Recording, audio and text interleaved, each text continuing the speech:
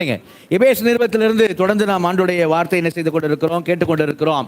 கடந்த வாரத்திலே நாம் பார்த்ததான காரியம் என்னென்னு சொன்னால், அங்கே அந்த வசனத்தை நாம் பார்க்கும் பொழுது, ஆனபடினாலே கர்த்தராகிய இயேசுவின் மேல் உள்ள உங்கள் விசுவாசத்தையும் பரிசுத்தவான்கள் எல்லார் மேலும் உள்ள அன்பையும் குறித்து நாங்கள் கேள்விப்பட்டு இடைவிடாமல் உங்களுக்காக ஸ்தோத்திரம் பண்ணி என் ஜபங்களில் உங்களை நினைத்து என்கிறதான அந்த 2 வசனங்களை நாம் உண்மையான சபையினுடைய அடையாளங்கள் என்கிற தலைப்பின் கீழாக நாம் கேட்டோம். அல்லேலூயா.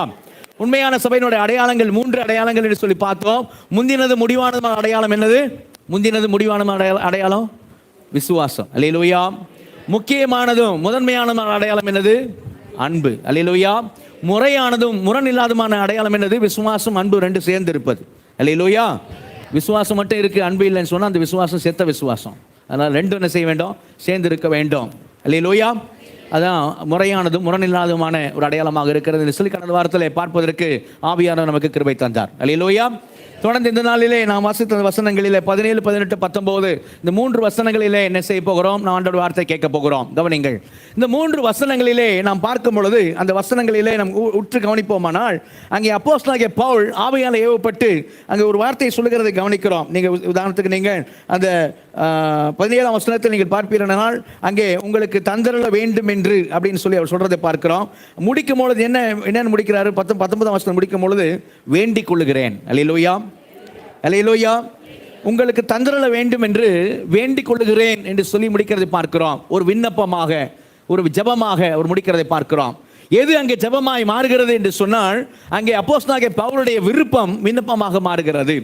இது அப்போஸ்தலனாகிய பவுலுடைய விருப்பம் என்று என்ன செய்யக்கூடாது? நாம் எடுத்துக்கொள்ளக்கூடாது. மாறாக ஆவியானவருடைய விருப்பமாக இருக்கிறது. அப்போஸ்தலனாகிய பவுல் அந்த நாளிலே எபேசியருக்கு உள்ளாக இந்த காரியங்கள் நிறைவேற வேண்டும் என்று விரும்பினார், விண்ணப்பம் பண்ணினார் என்று பார்க்கிறோம். ஆனால் இன்றைக்கு ஆவியானவர் எபேசியருக்கு அல்ல, நமக்கு ஆவியானவர் பேசுகிறார். அல்லேலூயா. அப்ப ஆவியானவருடைய விருப்பமாக இருக்கிறது. இங்கே ஆவியானுடைய விருப்பம் விண்ணப்பமாய் மாறுகிறதை பார்க்கிறோம். அதனாலதான் இன்றைக்கு விருப்பமும் விண்ணப்பமும் என்கிறதான தலைப்புல நம்ம ஆண்டவருடைய வார்த்தையை செய்ய போகிறோம், கேட்க போகிறோம். அல்லேலூயா. அங்கே அவர் விரும்புகிற காரியம் என்ன? ஆவியானவர் நம்மிடத்தில் அன்றைக்கு எபேசியரிடத்தில் விரும்பின அதே காரியத்தை இன்றைக்கு ஆவியானவர் நம்முடைய சபையில நம்மிடத்தில் விரும்புகிறார். அப்ப ஆவியானவர் விரும்புகிற காரியம் என்ன என்பதை நாம் உற்று நோக்குவோமானால், 17ஆம் வசனத்தில் பார்ப்போமானால், நம்முடைய கர்த்தராகிய இயேசு கிறிஸ்துவின் தேவனும் மகிமையின் பிதாவானவர் தம்மை நீங்கள் அறிந்து கொள்வதற்கான. அல்லேலூயா. நல்லா கவனிங்க, நல்லா கவனிங்க. என்ன விரும்புகிறாரு? பிதாவாகிய தேவனை நாம் என்ன செய்ய வேண்டும்? அறிந்து கொள்ள வேண்டும் என்று ஆவியானவர் விரும்புகிறார். அல்லேலூயா. பிதாவாகிய தேவனை நாம் அறிந்து கொள்ள வேண்டுமானால், அந்த வசனத்திலே சொல்லப்பட்டிருக்கிறது, தம்மை நீங்கள் அறிந்து கொள்ள வேண்டும் என்று. சரியா? அறிந்து கொள்வதற்கான ஞானத்தையும் தெளிவையும் அளிக்கிற ஆவியை உங்களுக்கு தந்தரல வேண்டும் என்று. அல்லேலூயா. அப்ப பரிசுத்த ஆவியானவருடைய உதவி இல்லாமல் என்ன செய்ய முடியாது? பிதாவாகிய தேவனை ஹியூமன் எஃபெக்ட்னால, நம்முடைய சுய முயற்சியினால இந்த உலகத்தில் இருக்க மனிதன் என்ன செய்ய முடியாது? என்னென்ன காரியங்களை வேணாலும் என்ன செய்ய முடியும்? இந்த உலகத்தில் அறிந்து கொள்ள முடியும். ஆனால் எதை அறிய முடியாதுன்னு சொன்னா, யாரை அறிய முடியாது சொன்னா, பரிசுத்த ஆவியானுடைய உதவி அல்லாமல் பிதாவாகிய தேவனை செய்ய முடியாது, அறிய முடியாது. அல்லேலூயா. அல்லேலூயா. அதனால அங்கே பவுல் ஜெபிக்கிறதை பார்க்கிறோம். என்னது? தம்மை நீங்கள் அறிந்து கொள்வதற்கான ஞானத்தையும் தெளிவையும் அப்படின்னு வாசிக்கிறோம். இங்கிலீஷ் பைபிளில் பார்த்தீங்கன்னா அங்கே விஸ்டம் அண்ட் ரெவலேஷன் என்று போடப்பட்டிருக்கும். நம்ம தமிழ் பைபிளில் தெளிவுன்னு போட்டிருக்கு, இங்கிலீஷ் பைபிள் வந்து வெளிப்பாடுன்னு போட்டிருக்கு. ஞானத்தையும் வெளிப்பாட்டையும் பரிசுத்த ஆவியானவர் தர வேண்டும் என்று, ஞானத்தின் ஆவியும் வெளிப்பாட்டின் ஆவியும் அவர் தந்தர வேண்டும் என்று அப்படின்னு சொல்லி அங்கே அவர் பவுல் அங்கே குறிப்பிடுகிறத செய்கிறோம், பார்க்கிறோம். அப்போ அந்த விஸ்டம், அந்த ஞானமும் தெளிவும் அந்த வெளிப்பாடும் நமக்கு இல்லை என்று சொன்னால் என்ன செய்ய முடியாது? நாம தேவன் அறிய முடியாது. இன்னைக்கு நிறைய பேர் இன்னைக்கு பைபிள் வாசிக்கிறாங்க. சரியா? எத்தனையோ ஆர்சி மக்கள் இன்னைக்கு என்ன செய்யறாங்க? நாளெல்லாம் உட்கார்ந்து கூட வாசிக்கிறவர் உண்டு. ஆனா எதை அறிய மாட்டாங்க அப்படின்னா, சத்தியத்தை என்ன செய்ய மாட்டாங்க? அறிய மாட்டுகிறார்கள். யாரை அறிய மாட்டுகிறார்கள் சொன்னா, அவர்கள் தேவனை என்ன செய்ய மாட்டாங்க? அறியாமல் இருக்கிறதை பார்க்கிறோம். எத்தனையோ பக்கமாக வாசிக்கிறவர்கள் உண்டு. ஆனா அவர்கள் நான் கூட வாசிக்கலாம், அவங்க அவ்வளவு வாசிக்கிறாங்க. ஆனா என்ன செய்யல? அவங்க தேவன் என்ன செய்யல? அறியவில்லை. நமக்கு பைபிளே ஒரு உதாரணம் இருக்கிறது. நீங்க அப்போஸ்தலர் 8ஆம் அதிகாரத்தை நீங்கள் வாசித்திருப்பீர்கள். ஆனால் அது அப்போஸ்தலர் 8ஆம் அதிகாரத்தில் எத்தியோப்பியாவில் இருந்து ஒரு மந்திரி என்ன செய்யறான்? அவன் ரொம்ப பக்தி உள்ளவன். எத்தியோப்பியாவில் இருக்கிற மந்திரி அங்க எத்தியோப்பியாவில் இருந்து எருசலேமுக்கு வந்து, எத்தியோப்பியா ஆப்பிரிக்கா, அங்க இருந்து என்ன செய்யறான்? எருசலேமுக்கு வந்து எருசலேமில் வந்து தேவாலயத்தை தொழுது கொண்டு விட்டு மறுபடியும் பல்லக்கில் திரும்பி போறான். பல்லக்கிலே அவன் போகும்பொழுது சரியா, அவன் ஏதோ கதை புஸ்தகம் வாசிக்கல அல்லது வேடிக்கை பார்த்து கொண்டு போகல, ட்ரெயினில் உட்காந்து கார்னரில் உட்காந்து வேடிக்கை பார்க்க வேடிக்கை பார்க்க நினைக்கல, அல்லது அவன் என்ன செய்யல, ஏதோ கதை புத்தகம் வாசிக்க வேண்டும் என்று வாசிக்கவில்லை. வேற மாறாக வேதம் சொல்லுகிறது, அவன் பரிசுத்த வேதாகமத்தினுடைய காரியம் ஏசாயா தீர்க்கதரிசன புத்தகத்தை என்ன செய்தான், வாசித்தான் என்று அப்போஸ்தலர் 8ஆம் அதிகாரத்தில் பார்க்க முடியும். அங்கே ஏசாயா தீர்க்கதரிசன புத்தகத்தை எதை வாசித்தான், 53ஆம் அதிகாரத்தை வாசிக்கிறான். அது 53ஆம் அதிகாரம் இயேசு கிறிஸ்துவை குறித்து, இயேசு கிறிஸ்துடைய பாடுகளை குறித்து தத்துவமாய் சொல்லப்பட்டிருக்கிற ஒரு தீர்க்கதரிசனமாய் சொல்லப்பட்டிருக்கிற ஒரு அதிகாரம். அப்போ அந்த அதிகாரத்திலே பாருங்க, அவன் வாசிக்கும் பொழுது அவனுக்கு புரியல. பக்தி உள்ளவன், தேவாலயத்தில் வந்து தேவனை தொழுது கொண்டு போகிறவன் தான். ஆனா என்ன செய்யல, அவனுக்கு புரியல. இது அங்கே பரிசுத்த ஆவியானவர் பிலிப்பு, அபிஷேகம் பெற்ற பிலிப்பை கொண்டு போய் சேர்த்த போது பிலிப்பிடத்தை சொல்றான், இந்த தீர்க்கதரிசி யாரை பத்தி பேசுறாரு, அவரை பத்தி பேசுறாரா வேற எவரை பத்தி பேசுறாரா அப்படின்னு சொல்லி கேட்கிறான். அப்ப பிலிப்பு வசனம் சொல்லுகிறது, அந்த வசனங்களில் வைத்து கர்த்தராகிய இயேசு கிறிஸ்துவை குறித்து அவனுக்கு பிரசங்கித்தான். அல்லேலூயா. அப்போ நல்ல கவனிங்க, பக்தி இருந்தது, கையில வேதம் இருந்தது. ஆனால் அந்த எத்தியோப்பிய மந்திரிக்கு என்ன இல்லை அப்படின்னு சொன்னா, அந்த பரிசுத்த ஆவியினுடைய அந்த ஞானமும் தெளிவும் அந்த இடத்துல இல்லாமல் போன போது அவனால என்ன செய்ய முடியும்னா, அந்த வேத வாக்கியங்களில் இயேசுவை பார்க்க முடியவில்லை. அருமையா பாஸ்டர் தாவீது இந்த பிப்ளிக்கல் தியாலஜி எடுக்கும்போது சொன்ன ஒரு காரியம் இல்லையா, இயேசு ஆதிகாமம் மறைக்கப்பட்டது ரகசியம் என்று சொல்லப்பட்ட காரியம். அங்கே இயேசுவோட ஆண்டவர் சொன்ன வேத வாக்கியங்களை ஆராய்ந்து பாருங்கள், அவைகளால் உங்கள் நித்திய ஜீவன் உண்டு எண்ணுகிறீர்களே, என்னை குறித்து சாட்சி கொடுக்கிறவங்க அவைகளே. அல்லேலூயா.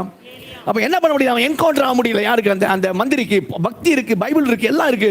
ஆனா இயேசு அந்த வேத வசனங்களை நினைச்சு நம்மளால பார்க்க முடியவில்லை. ஆனால் அபிஷேகம் பெற்ற பிலிப்பு வந்து இயேசுவை அந்த இடத்துல தான் வசனங்களிலே அவனுக்கு காண்பித்து கொடுத்த பொழுது அவன் ஒப்பு கொடுத்து மூழ்கி ஞானஸ்நானம் எடுத்தான்.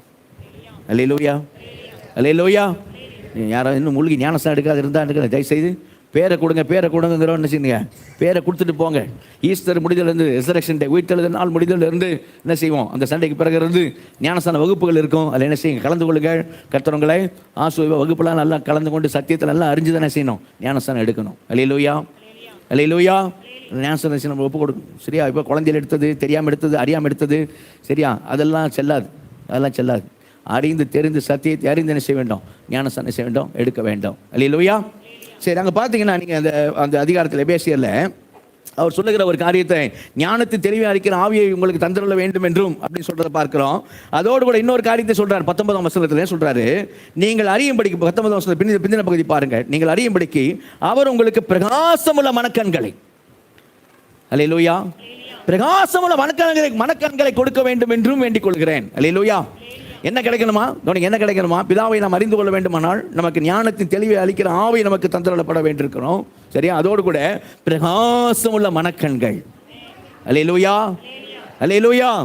இதுக்கு நம்ம பைபிளே ஒரு உதாரணம் பார்த்தோம். பழைய ஏற்பாட்டில் ஒரு சம்பவம் உண்டு. என்ன சம்பவம் அப்படின்னு சொல்லி சொன்னா, தீர்க்கதரிசி நாட்களில், எலிசா தீர்க்கதரிசியினுடைய நாளில் என்ன நடந்ததுன்னு சொன்னா, சீரிய ராணுவம் வந்து சீரிய ராஜா பிளான் பண்றான், இஸ்ரேல் ராஜாவை எப்படியாவது பிடிச்சிடணும் அப்படின்னு சொல்லி பிளான் பண்ணி அவன் என்ன செய்யறான், பிளான்லாம் போட்டு, ஸ்ட்ராட்டஜிலாம் போட்டு, எல்லாம் திட்டம்லாம் போட்டு எல்லாம் பண்றான். ஆனா இஸ்ரேல் ராஜாவை பிடிக்க முடியல.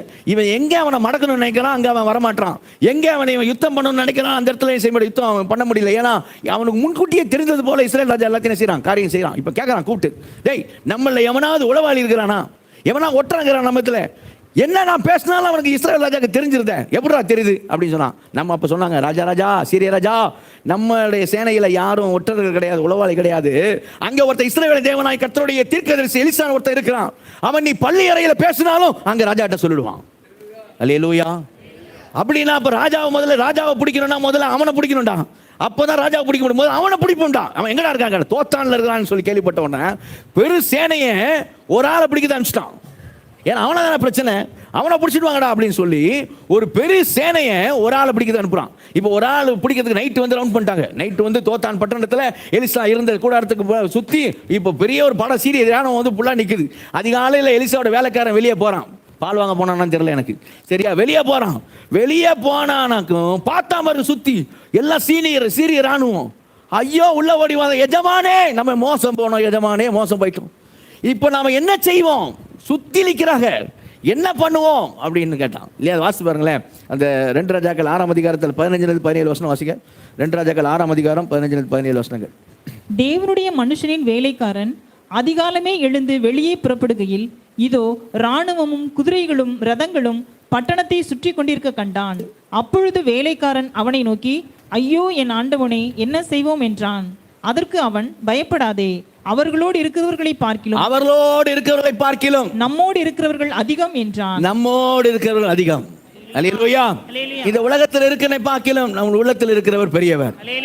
அல்லேலூயா. அதைத்தாங்க சொன்னா, இந்த மாசம் வாக்குத்தத்தம் மாதிரி தான் சொன்னான். அவரோடு இருக்கிற சேனை பார்க்கல் நம்மோடு இருக்கிறவர்கள் அதிகம். அல்லேலூயா. அல்லேலூயா. இப்படி சும்மா சொல்ல ஸ்டேட்மெண்ட் தொடர்ந்து அப்புறம் என்ன பண்ற பாருங்க, விண்ணப்பம் பண்ற வாசிக்க. அப்பொழுது எலிசா விண்ணப்பம் பண்ணி, எலிசா என்ன பண்ணி விண்ணப்பம் பவுல் அங்க பண்ற மாதிரி விண்ணப்பம் பண்ணி, கர்த்தாவே இவன் பார்க்கும்படி இவன் கண்களை திறந்தருளும். இது இந்த கண் இல்ல, மனக்கண். அல்லேலூயா. இவன் பார்க்கும்படி, எலிசா கண்ணுக்கு தெரியுது, மனக்கண் திறக்கப்பட்டிருக்க எலிசாக்கு தெரியுது, அப்ப இவனுக்கு தெரியல. இவன் பார்க்கும்படி இவன் கண்களை திறந்தருளும் என்றான். உடனே கர்த்தர் அந்த வேலைக்காரன் கண்களை திறந்தார். இதோ எலிசாவை சுற்றிலும் அக்கினிமயமான குதிரைகளாலும் ரதங்களாலும் அந்த மலை நிறைந்திருக்கிறதை அவன் கண்டான். அல்லேலூயா. இப்போ வேலைக்காரன் கண்ணு திறக்கப்பட்டு, மனக்கண் திறக்கப்பட்டோன்னு இப்போ பார்த்தான் பாருங்க. இப்போ பார்த்தா என்ன தெரியும் தெரியுமா? சீரிய ராணுவம் வந்து சாதா குதிரை தான் நிக்குது. ஆனா எலிசாவுக்கு, நமக்கு வேலைக்காரன் நான் கூட தான் நிக்கிறேன், எனக்கு எப்படிப்பட்ட குதிரை நிக்குது போது அக்கினி குதிரைகள் நிக்குது. அல்லேலூயா. அக்கினிமயமான குதிரைகள், ரதங்கள் நிறைந்து நிக்குது. இப்போதான் தெரிஞ்சு வேலைக்காரனுக்கு, ஆமா ஆமா அவர்களோடு இருக்கிற பார்க்கலாம் நம்மோடு இருக்கிறவர்கள் அதிகம். அல்லேலூயா. பரலோகமே வந்து நிக்குது. அல்லேலூயா. எப்போ தெரியல இவனுக்கு, முதல்ல தெரியல, செகண்ட் சைட்டு என்னது, மனக்கண் திறக்கப்படும் போது தான் தெரிஞ்சது. அல்லேலூயா. அதுக்கு எலிசா என்ன பண்ணா, விண்ணப்பம் பண்ணினான். அதே போல தான் அங்கே அப்போஸ்தலன் பவுல் என்ன செய்யறாரு, விண்ணப்பம் பண்ணுகிறத என்ன செய்யறோம் பார்க்கிறோம். உங்களுக்கு பிரகாசமான மனக்கண்களை கொடுக்க வேண்டும் என்று உங்களுக்காக வேண்டிக் கொள்கிறேன். அல்லேலூயா. அப்போ அந்த பிரகாசம் உள்ள மனக்கண்கள் நமக்கு தேவை. ஞானமும் தெளிவையும் அளிக்கிற ஆவி. அல்லேலூயா. ரெண்டாவது, பிரகாசம் உள்ள மனக்கண்கள் நமக்கு தேவை. அல்லேலூயா. ஒரு விஷயம் கூட செய்தி கேட்குறோம்னா ஒரு விஷயம் மாதிரி கண்களை மூடி நம்ம ஜெபம் பண்ணுவோம். ஒரு விஷயம் எல்லாம் கண்ணை மூடி இந்த செய்தி கேட்க போகிறோம். அந்த செய்திக்கு, இந்த செய்தியை நம்ம விளங்கி கொள்வதற்கு நமக்கு உதவி வேணும்.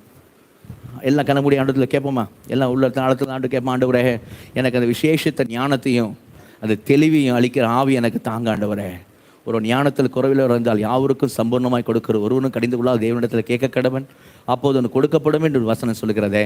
இதோ நான் கேட்குறேன்ப்பா ஆண்டவரே, இந்த செய்தியை நான் விளங்கிக் கொள்ள விசேஷத்தை ஞானத்தையும் தெளிவையும் அளிக்கிற ஆவியை எனக்கு தாங்க. பிரகாசமுள்ள மனக்கண்களை எங்களுக்கு தாங்க ஆண்டவரே. கேட்போமா? பிரகாசமுள்ள மனக்கண்களை எனக்கு தாங்க ஆண்டவரே. ஆண்டவரே, பிரகாசமுள்ள மனக்கண்கள், வேத வாக்கியங்களை நான் அறிந்து கொள்ளும்படி என் மனதை இந்த நாளில் காலை வேலையில் திறந்துடலும். அப்பா திறந்துடலுங்க ஆவியானவரே. ஊழியக்காரரை மறைச்சு நீங்கள் பேசுங்க. திறந்துடலும், என் கண்களை திறந்துடலும். உங்களுடைய வார்த்தையை நான் பார்க்கும்படியாக பிரகாசமுள்ள மனக்கண்களை எங்களுக்கு தாரும் ஆண்டவரே, எங்களுக்கு தாரும். இயேசுவின் மூலம் பிதாவே, ஆமென். அல்லேலூயா. அல்லேலூயா. சரி கவனிங்க, அந்த இடத்துல ஆவியானவர் என்ன விரும்புகிறார்? பிதாவாகிய தேவனை நாம் அறிந்து கொள்ள வேண்டும் என்று சொல்கிறதான காரியத்தில் ஒரு 3 விஷயங்களை நாம் அறிந்து கொள்ள வேண்டும் என்று விரும்புகிறத என்ன செய்ய முடியும், நம்ம பார்க்க முடியும். 3 காரியங்கள் அங்கே 17ஆம் வசனத்திலிருந்து நாம் பார்ப்போம்னால், நம்முடைய கர்த்தனாகிய இயேசுவின் தேவனும் மகிமையின் பிதாமானவர் தம்மை, கவனிங்க, தம்மை நீங்கள் அறிந்து கொள்வதற்கான ஞானத்தின் தெளிவையும் அளிக்கிற ஆவியை உங்களுக்கு தந்துள்ள வேண்டும் என்றும், தாம் நம்மை அழைத்ததனாலே நமக்கு உண்டாயிருக்கிற நம்பிக்கை என்னதென்றும். அல்லேலூயா. கவனிங்க. தாம், பிதாவாகிய தாம் நம்மை அழைத்ததனாலே நமக்கு உண்டாயிருக்கிற நம்பிக்கை என்னதென்றும். தேவ நம்மை அழைத்ததனாலே நமக்கு உண்டாயிருக்கிற நம்பிக்கை என்னதென்று. தேவ அழைப்பினால் உண்டாகும் நம்பிக்கை, தேவ அழைப்பினால் நம்பிக்கை. அல்லேலூயா.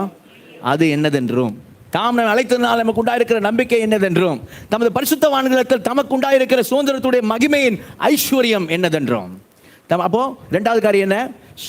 தேவ சுதந்திரத்துடைய ஐஸ்வர்யம் என்னதென்றும். அல்லேலூயா.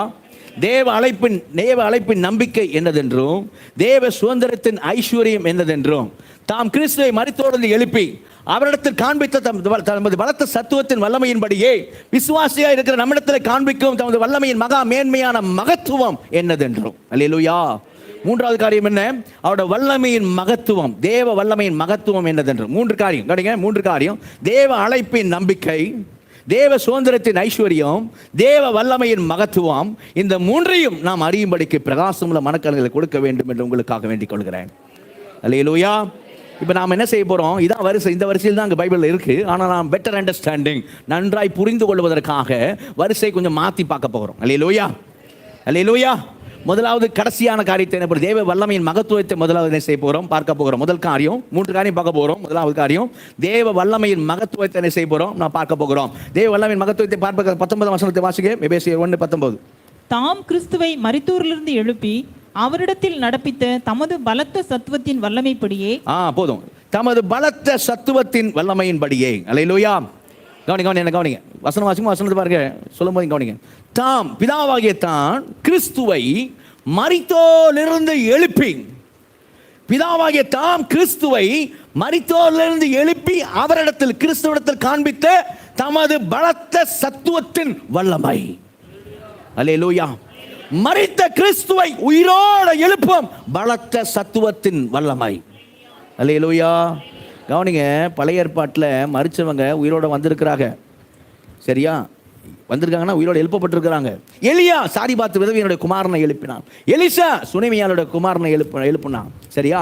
எலிசா மரித்து அடக்கம் பண்ணப்பட்ட அவன் எலும்பலப்பட்ட பிணம் கூட என்ன செய்து எலும்பி நின்று உயிரோட வந்துட்டான். ஆனால் நான் சொன்னேன் சாரிபாத் விதவையினுடைய மகன், நான் சொன்னேன் சுனேமியாளுடைய மகன், நான் சொன்னேன் அந்த பிணம் உயிரோட வந்தானே. இந்த 3 பேருமே இருக்கட்டும், அவங்க எல்லாம் என்ன செஞ்சிருப்பாங்கன்னா மறுபடியும் என்ன செஞ்சாங்க, அவங்க மறுபடியும் மரித்து போனார்கள், மறுபடியும் மரித்து போயிருப்பார்கள். ஆனா மரித்தோர் உயிரோடு எழுந்த கர்த்தராகிய இயேசு கிறிஸ்து அவர் சாவாமை உள்ளவர். அல்லேலூயா, அல்லேலூயா. அவர் மறுபடியும் மரிக்க போவதில்லை, ஏன்னா அவர் பிதாவினுடைய வலது வாரசத்தில் வீற்றிருக்கிறார். அல்லேலூயா. நீங்க அங்கேயே எபேசியர் அங்கேயே கீழே பார்க்க முடியும். அவர் உன்னதங்களை தம்முடைய வலது வாரசு 21 வசனம் பாருங்க. அவரை உன்னதங்களை தம்முடைய வலது வாரசத்தில் உட்காரும்படி செய்து, அல்லேலூயா, உங்களுக்காக எனக்காக நம்முடைய பாவங்களுக்காக மரித்து ஜீவனை கொடுத்து ரத்தம் சிந்தினவர் உயிர்த்தெழுந்த இயேசு கிறிஸ்து இன்றைக்கு பிதாவின் வலது வாரசத்தில் வீற்றிருக்கிறார். அல்லேலூயா. அது நாங்கள் சொல்லப்படுகிற காரியம், சரியா? அப்போ கவனிங்க, அப்போ மற்ற உயிரோட லாசர் கூட தான் இயேசு கிறிஸ்து உயிரோடு எழுப்பினார். ஆனால் மறுபடியும் லாசர் என்ன செஞ்சான்? மறுபடியும் மரித்து போனான், சரியா? மறுபடியும் மரித்து போனான். ஆனால் இயேசு கிறிஸ்து உங்களுக்காக எனக்காகவும் அடக்கம் பண்ணப்பட்டு 3ஆம் நாள் உயிரோடு எழுந்தவர். அல்லேலூயா. மரித்தேன், ஆனால் சதா காலங்களும் உயிரோடு இருக்கிறேன் என்று சொல்லுகிறார். அல்லேலூயா. கவனிங்க, என்ன ஸ்பெஷாலிட்டி தெரியுமா? இதெல்லாம் முக்கியமானது. ஏன் அப்படி பவுல் அங்கே இதை நாம் அறிய வேண்டும். நீங்கள் நல்லா இந்த செய்தி எல்லாம் கவனிக்கணும். இதை அறிய வேண்டும் என்று ஆவியானவர் நம்ம விரும்புகிறார். ஏன் தெரியுமா? ஆவியானவர் இந்த காரியத்தை அறிய வேண்டும். பயங்கரமான ஒரு காரியம் என்ன தெரியுமா? இதுவரையிலும் மனிதனுடைய சரித்திரத்தில் நடக்காத ஒரு காரியம், இதுவரையிலும் ஆதியாகமத்தில் இருந்து நடக்காத ஒரு காரியம், மனிதனுடைய வரலாற்றில் நடக்காத ஒரு காரியத்தை பிதாவாகிய தேவன் தமது பலத்த சத்துவத்தின் வல்லமையின்படி நடத்தி காண்பிக்கிறார். அல்லேலூயா, அல்லேலூயா. தாம் கிறிஸ்துவை மரித்தோடு இருந்து எழுப்பி அவரிடத்தில் காண்பித்த தமது பலத்த சத்துவத்தின் வல்லமையின்படியே. அல்லேலூயா.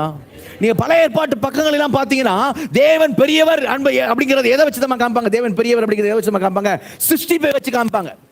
பழைய ஏற்பாட்டு பக்கங்களை நீங்க பார்த்தீங்கன்னா தேவன் பெரியவர் என்பதை சிருஷ்டிப்பை வச்சு காமிப்பாங்க. உதாரணத்துக்கு நீங்க ஏசாயா 40ஆம் அதிகாரத்தில் பார்த்தீங்கன்னா ஏசாயா 40 12ஆம் வசனம் பார்த்துங்க. ஏசாயா 40ஆம் அதிகாரம் 12ஆம் வசனத்திலிருந்து நீங்க வாசித்து பார்த்தீங்கன்னா சிருஷ்டிப்பை குறித்து அங்க சொல்லப்பட்டிருக்கும். இவளை போல அவர் சிருஷ்டிகர் அல்ல என்று சொல்லப்பட்டிருக்கும். அவர் பூமி இருண்டையின் மேலே கர்த்தர் வீற்றிருக்கிறார், பூமியின் குழியெல்லாம் வெட்டுக்கிளிகள் போல் இருக்கிறது, அவரை கூடாரமாய் ஆகாய விரிவை கூடாரத்தை போல போர்வை போல பண்ணியிருக்கிறார், உரித்திருக்கிறார், இவர் பெரியவர், இவருக்கு நிகரான ஒருவரும் இல்லை எல்லாம் சொல்லப்பட்டிருக்கும். அல்லேலூயா. பழைய ஏற்பாட்டு பக்கங்களெல்லாம் தேவனுடைய வல்லமையை காண்பிப்பதற்கு சிருஷ்டிப்பை காண்பித்திருப்பார்கள். கவனிங்க, பழைய ஏற்பாட்டு பக்கங்களெல்லாம் தேவனுடைய வல்லமையை காண்பிப்பதற்கு அவர் இஸ்ரேல் ஜனங்களை எகிப்திலிருந்து விடுதலையாக்கினதை குறித்து பக்கங்கள் பேசும். இஸ்ரேல் ஜனங்களை எகிப்திலிருந்து விடுதலையாக்கினதை குறித்து நீங்க எல்லாத்தையும் பார்க்க முடியும் இல்ல? அது முதல் 5 புத்தகத்தில் மாத்திரம் அல்ல, நீங்க சங்கீத புத்தகத்தில் பார்க்க முடியும், சரித்திர புத்தகம் நெகேமியா பார்த்தீங்கன்னா நெகேமியாவும் இஸ்ரேல் ஜனங்களை நடத்துவதை குறித்து பேசுவார். சங்கீதங்களில் சங்கீதம்லாம் பார்த்தீங்கன்னா ஆண்டவரே ஜனங்களை நடத்தி வந்தீர் சொல்லுவாங்க. தீர்க்கதரிசன புத்தகங்கள் வந்தீங்கன்னா அதே மறுபடியும் சொல்லப்பட்டிருக்கிறத பார்க்க முடியும். அப்ப பழைய ஏற்பாட்டு பக்கங்களில் எல்லாம் தேவன் பெரியவர் என்பதை காண்பிப்பதற்கு சிருஷ்டிப்பை காண்பித்திருப்பார்கள். இரண்டாவது, இஸ்ரேல் ஜனங்களை எகிப்திலிருந்து அவர் என்ன பண்ணியிருக்கிறாரு? ஓங்கி புயத்தினால் அடையாளத்தினால் அற்புதங்களால் என்ன செய்திருக்கிறாரு? அவர் வெளியே கொண்டு வந்திருக்கிறார் சொல்லப்பட்ட உதாரணத்துக்கு வசனம் வாசிங்க. உபாகம் 4ஆம் அதிகாரத்தில் 34 35 வசனம் வாசிங்க. உபாகம் 4ஆம் அதிகாரம் 34 35 வசனங்கள். அல்லது உங்கள் தேவனாகிய கர்த்தர் எகிப்திலே உங்கள் கண்களுக்கு முன்பாக உங்களுக்கு செய்தபடியெல்லாம் தேவன் அந்நிய ஜாதிகளின் நடுவிலிருந்து ஒரு ஜனத்தை சோதனைகளினாலும் அடையாளங்களினாலும் அற்புதங்களினாலும் யுத்தத்தினாலும் வல்லமையுள்ள கரத்தினாலும் ஓங்கிய புயத்தினாலும் மகா பயங்கரமான செயல்களினாலும் தமக்கென்று தெரிந்து கொள்ள வகை பண்ணினதுண்டோ என்று நீ விசாரிச்சு பார். எங்கேயாவது இப்படி ஒரு தேவன் தன் ஜனத்தை இப்படி ஓங்கிய புயத்தின் அற்புதங்கள் அடையாளம் அவரை விடுதலை ஆக்கி இருக்காரு தெரியுமா உனக்கு? விசாரிச்சு பார். அடுத்த வசனம் வாசிங்க. கர்த்தரே தேவன், கர்த்தரே தேவன், அவரை அல்லாமல் வேறு ஒருவர் இல்லை என்பதை நீ அறியும்படிக்கு இது உனக்கு காட்டப்பட்ட. நல்ல கரங்களை தட்டி ஆண்டவரை மையப்படுத்துமா? நல்ல கரங்களை தட்டி, நல்ல உற்சாகமா கரங்களை தட்டி. ஓங்கிய புயத்தினாலும் அற்புதங்களினாலும் அடையாளங்களினாலும் ரட்சிக்கிற தேவன் இவரை தவிர வேறு ஒருவர் இல்லை என்பது உனக்கு காண்பிக்கப்பட்டது. அல்லேலூயா. கவனி, இதெல்லாம் பழைய ஏற்பாட்டில் இஸ்ரேல் ஜனங்களுக்கு சொல்லப்பட்டதான காரியமாக இருக்குது. அவங்களை குறித்து பேசப்படுது. ஆனால் நீங்கள் பழைய ஏற்பாட்டு பக்கங்களில் தான் சொன்னேன். இன்னொரு காரியம் என்ன சொல்லப்படுதுன்னா, அவங்களுக்கு கானான் தேச தேவன் கொடுத்தது குறித்து சொல்லப்பட்டிருக்கும். ஒன்று சிருஷ்டிப்பு, ரெண்டாவது ரட்சிப்பு, அங்கேருந்து ஆண்டவர் எகிப்திலிருந்து கொண்டு வந்தது, மூணாவது அவங்களுக்கு கானான் தேசத்தை செட்டில் பண்ணதை குறித்து பேசப்பட்டிருக்கும். ஆனால் புதிய ஏற்பாடு பக்கங்களுக்கு நீங்கள் வருவீர்களானால், அல்லேலூயா, புதிய ஏற்பாட்டு பக்கங்களிலே தேவனுடைய சிருஷ்டிப்பை குறித்த வசனங்கள் இருந்தாலும், எகிப்திலிருந்து அவர்களை கொண்டு வந்தது குறித்த வசனங்கள் இருந்தாலும், அவர்களை கானான் தேசம் கொண்டு போய் சேர்த்தது குறித்த வசனங்கள் இருந்தாலும், ஆனால் புதிய ஏற்பாட்டு பக்கங்கள் எல்லாம் நிரம்பி இருக்கிற காரியம் என்ன தெரியுமா? கர்த்தராகிய இயேசு கிறிஸ்துவின் உயிர்த்தெழுதல். ஹல்லேலூயா, ஹல்லேலூயா. சரித்திரத்திலே முதலாவது நடந்த ஒரு காரியம். ஹல்லேலூயா. யார் நடப்பிச்சு காமிச்சார்? தேவன் நடப்பித்து காமித்தார். இங்கே சொல்லப்படுது, கர்த்தரே தேவன், அவரை இல்லாமல் வேறு ஒரு இல்லை என்பது நீ அறியும்படி இது உனக்கு காட்டப்பட்டதுன்னு பழைய ஏற்பாட்டில் சொல்ல. அதே தான், கர்த்தரை இல்லாமல் வேறு தேவன் இல்லை, இயேசுவே கர்த்தர் என்று நீ அறியும்படிக்கு இது உனக்கு காட்டப்பட்டிருக்கிறது. அல்லேலூயா. மரித்தெழுந்து உயிரோடு கூட அவர் எழுப்பப்பட்டார். அல்லேலூயா. நம்ம ரட்சிப்பு அங்கே தான் ஆரம்பிக்குது தெரியுமா? அதனால ரோமர் 10:9-10 வசனம் இப்படி வாசிக்கிறோம். என்னவென்றால், கர்த்தராகிய இயேசுவை நீ உன் வாயினால் அறிக்கையிட்டு தேவன் அவரை மரித்தோர் எழுப்பினார் என்று உன் இருதயத்தில் விசுவாசித்தால் ரட்சிக்கப்படுவான். நீதி உண்டாக இருதயத்தில் விசுவாசிக்கப்படும், ரட்சிப்பு உண்டாக வாயினால் அறிக்கை பண்ணப்படும். தேவன் அவரை மரித்தோரிலிருந்து எழுப்பினார். அல்லேலூயா. ஆதி அப்போஸ்தல சபையில அவர்கள் எல்லாரும் சேர்ந்து பலமாய் சாட்சி கொடுத்தாங்களாம். வேற எதுக்கு சாட்சி கொடுத்தாங்க? பலமா. அப்போஸ்தலர் நடவடிக்கைகள் 5ஆம் அதிகாரம் 33ஆம் வசனம் சொல்றது வாசிங்க. அப்போஸ்தலர் 5:33 எதுக்கு பலமா சாட்சி கொடுத்தாங்க பாருங்க. அப்போஸ்தலர் 5:33 இல்லையா? 4:33 வாசிங்க. சோத்ரா. கர்த்தராகிய இயேசுவின் உயிர்த்தெழுதலை குறித்து அப்போஸ்தலர்கள் மிகுந்த பலமாய் சாட்சி கொடுத்தார்கள். அவர்கள் எல்லார் மேலும் பூரண கிருபை உண்டாயிருந்தது. அல்லேலூயா. அவர்கள் எதை குறித்து சாட்சி கொடுத்தார்கள்? இல்லையா? மிகுந்த பலமாய் சாட்சி. அல்லேலூயா. மிகுந்த பவுல் சொல்றாங்க, அந்த வாயாடி அவன் என்னையா பண்ண, அவன் சாதிச்சான். என்ன இயேசுன்ற ஒருத்தர் உயிரோடு இருக்கிறான்னு சாதிக்கிறான். அல்லேலூயா. ஆதி அப்போஸ்தலர் பலமா என்ன செய்தாங்க? சாட்சி கொடுத்தாங்க. ஏன் தெரியுமா? நம்மளுடைய உயிர் நாடி அங்கே தான் இருக்கு. கிறிஸ்துவத்தினுடைய விசுவாசத்தினுடைய காரியம் எங்க இருக்குன்னு சொன்னா அந்த உயிர்த்தெழுதல் இருக்கிறது. அல்லேலூயா. அதனால பவுல் கொரிந்து சபைக்கு சொன்னாரு, நான் மட்டும் இல்லை, அப்போஸ்தலர் பிரசங்கம் பண்ணாங்களா, அப்போஸ்தலர் பிரசங்கமும் அதுதான். நான் அப்போஸ்தலன் சிறியவனாகிய நான் என்னுடைய பிரசங்கம் அதுதான். என்ன பிரசங்கம் தானா? இயேசு கிறிஸ்து நம்முடைய பாவங்களுக்காக மரித்து, வேத வாக்கியங்களின்படி என்னுடைய பாவங்களுக்காக மரித்து அடக்கம் பண்ணப்பட்டு 3ஆம் நாளில் வேத வாக்கியங்களின்படி உயிர்த்தெழுந்து, அல்லேலூயா, பின்பு 12 தரிசனமானார். அல்லேலூயா. லாஸ்ட்ல அகால பிறவி போன்ற எனக்கு என்ன செய்தாரு? தரிசனமானார். அவர் உயிரோடு இருக்கிறார். அதான் எங்க பிரசங்கம். அல்லேலூயா. சொல்லிட்டு பவுல் என்ன சொல்றாரு? 1 கொரிந்தியர் 15ஆம் அதிகாரத்தில் 13ஆம் வசனத்தில் வாசிங்க. 1 கொரிந்தியர் 15ஆம் அதிகாரம் 13ஆம் வசனத்தில், மரித்தோரின் உயிர்த்தெழுதல் இல்லாவிட்டால் கிறிஸ்துவும் எழுந்திருக்கவில்லையே. மரித்தோர் உயிர்த்தெழுதல் இல்லாவிட்டால் கிறிஸ்து எழுந்திருக்கவில்லையே. கிறிஸ்து எழுந்திருக்கவில்லை என்றால் எங்கள் பிரசங்கமும் வீண். விருதானா வீண். எங்க பிரசங்கமும் வேஸ்ட், வீண். உங்கள் விசுவாசமும் வேஸ்ட், வீண். கிறிஸ்து மாத்திரம் உயிரோடு கூட எழும்பலன்னு சொன்னா, அப்ப தேவன் அவர் எழுப்பினார்னு சொன்னா நாங்க பொய் சாட்சி சொல்றதா இருப்போம். அடுத்த வசனம் வாசிங்க. மரித்தோர் உயிர்த்தெழாவிட்டால் தேவன் எழுப்பாத கிறிஸ்துவை அவர் எழுப்பினார் என்று நாங்கள் தேவனை குறித்து சாட்சி சொன்னதுனால தேவனுக்காக பொய் சாட்சி சொன்னவர்களாய் காணப்படுவோமே. அடுத்து வாசிங்க. மரித்தோர் உயிர்த்தெழாவிட்டால் கிறிஸ்து என்ன செய்யவில்லை? எழுந்திருக்கவில்லை. கிறிஸ்து எழுந்திராவிட்டால் உங்கள் விசுவாசம் வீணாயிருக்கும். நீங்கள் இன்னும் உங்கள் பாவங்களில் இருப்பீர்கள். அல்லேலூயா. பாவத்திலிருந்து விடுதலையா இருக்கிற மட்டும் கல்ல கரங்க வச்சு அல்லேலூயா சொல்லுங்க. ரட்சிக்கப்பட்ட மட்டும் அல்லேலூயா சொல்லுங்க. பாவ மன்னிப்பு நிச்சயத்தை பெற்ற மட்டும் அல்லேலூயா சொல்லுங்க. இதெல்லாம் சாட்சி. அவர் உயிரோட எழுந்தார். அவர் எழுந்திருக்கிறதா இன்றைக்கு நாம் எங்க தான் இருந்திருப்போம்? பாவங்களுக்கு தான் நாம் இருந்திருப்போம். அல்லேலூயா, அல்லேலூயா. அப்போ தேவன் தாம் கிறிஸ்துவை மரித்தோடு எழுப்பி, தாம் பிதாவாகிய தாம் கிறிஸ்துவை மரித்தோடு எழுப்பி அவரிடத்தில் கிறிஸ்துவிடத்தில் காண்பித்த வல்லமையின் படியே அதன்படியே. இப்ப வார்த்தை இப்பதான் நம்மகிட்ட வர்றார் ஆவியானவர். கிறிஸ்துவை மரித்தோடு பிதா எழுப்பினாரே, அந்த பலத்த சத்துவத்தின் வல்லமையின் படியே விசுவாசிகளாயிருக்கிற நம்மிடத்தில் காண்பிக்கும் தமது வல்லமையின் மகா மேன்மையான மகத்துவம் என்னதென்று. அல்லேலூயா. இயேசு கிறிஸ்துவை மரித்தோடு தேவன் தனது பலத்த சத்துவத்தின் வல்லமையினாலே எழுப்பினாரே, அதே வல்லமையை விசுவாசிகளாய் இருக்கிற நம்மிடத்திலே அவர் இப்போது காண்பித்துக் கொண்டிருக்கிறார். அந்த வல்லமையுடைய மகா மேன்மையான மகத்துவம் என்னதென்று விசுவாசியே நீ அறிய வேண்டும். அல்லேலூயா. என்ன வல்லமை காமிக்கிறார் நம்மகிட்ட? என்ன வல்லமை? என்ன வல்லமை? தாம் கிறிஸ்துவை மரித்தோடு எழுப்பி அவரிடத்தில் காண்பித்த தமது பலத்த சத்துவத்தின் வல்லமையின்படியே நம்மிடத்தில் காண்பிக்கும். அதே வல்லமை தான் இப்படிதான் நம்ம இடத்துல காண்பிக்கிறான். அல்லேலூயா. அப்போ நாம் என்ன யோசிப்போம்? அவரை மரித்தோடு எழுப்பினாரு, நான் இப்போ உயிரோட இருக்கேன், என்கிட்ட அந்த வல்லமை எப்படி காண்பிக்கிறார் பிதா அப்படின்னா காண்பிக்கிறாருங்க. எபேசியர்ல 2 அதிகாரம் 1 வசனம் சொல்லுது, வாசிங்க. அக்கிரமங்களினாலும் பாவங்களினாலும் மரித்தவர்களாய் இருந்த நம்மை சொல்லுமா, நம்மை உயிர்ப்பித்தார். இந்த அல்லேலூயா தான் ஸ்தோத்திரம். நான் சொல்லாம நீங்க சொல்லணும். அக்கிரமங்களினாலும் பாவங்களினாலும் மரித்தவர்களாய் இருந்த நம்மை உயிர்ப்பித்தார். அல்லேலூயா. யார் உயிர்ப்பித்தது? 5 வசனம் வாசிங்க. 5 வசனம். யார் உயிர்ப்பித்தது? அக்கிரமங்களில் மரித்தவர்களாய் இருந்த நம்மை கிறிஸ்துவுடனே கூட உயிர்ப்பித்தார். கிருபையினாலே ரட்சிக்கப்பட்டீர்கள். ஹல்லேலூயா. அக்கிரமங்களால் மரித்தவர்களாய் இருந்த நம்மை கிறிஸ்துவோடு உயிர்ப்பித்தார். யாருக்கு உயிர்ப்பித்தது சொல்லுங்க? பிதாவாகிய தேவன். ஹல்லேலூயா. ஹல்லேலூயா. சந்தேகம் வேணாம். அடுத்த வசனம் வாசிங்க.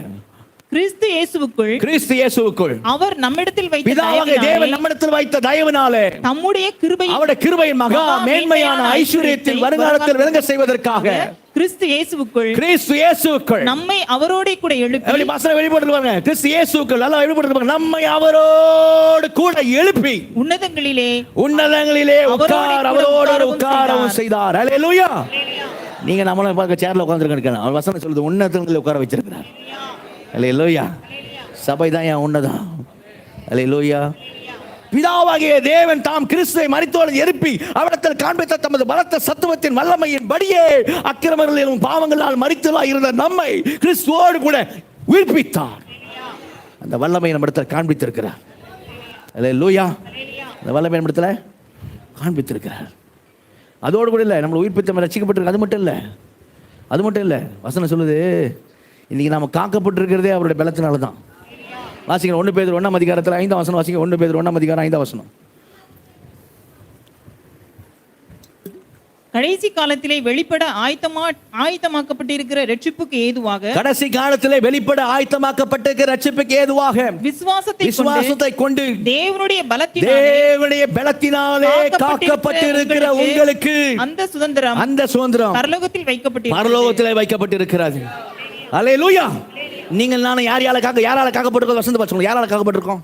கடைசி காலத்தை வெளிப்பட ஆயத்தமாக்கப்பட்ட ரட்சிப்புக்கு ஏதுவாக விசுவாசத்தை கொண்டு தேவனுடைய பலத்தினாலே காக்கப்பட்டிருக்கிற உங்களுக்கு.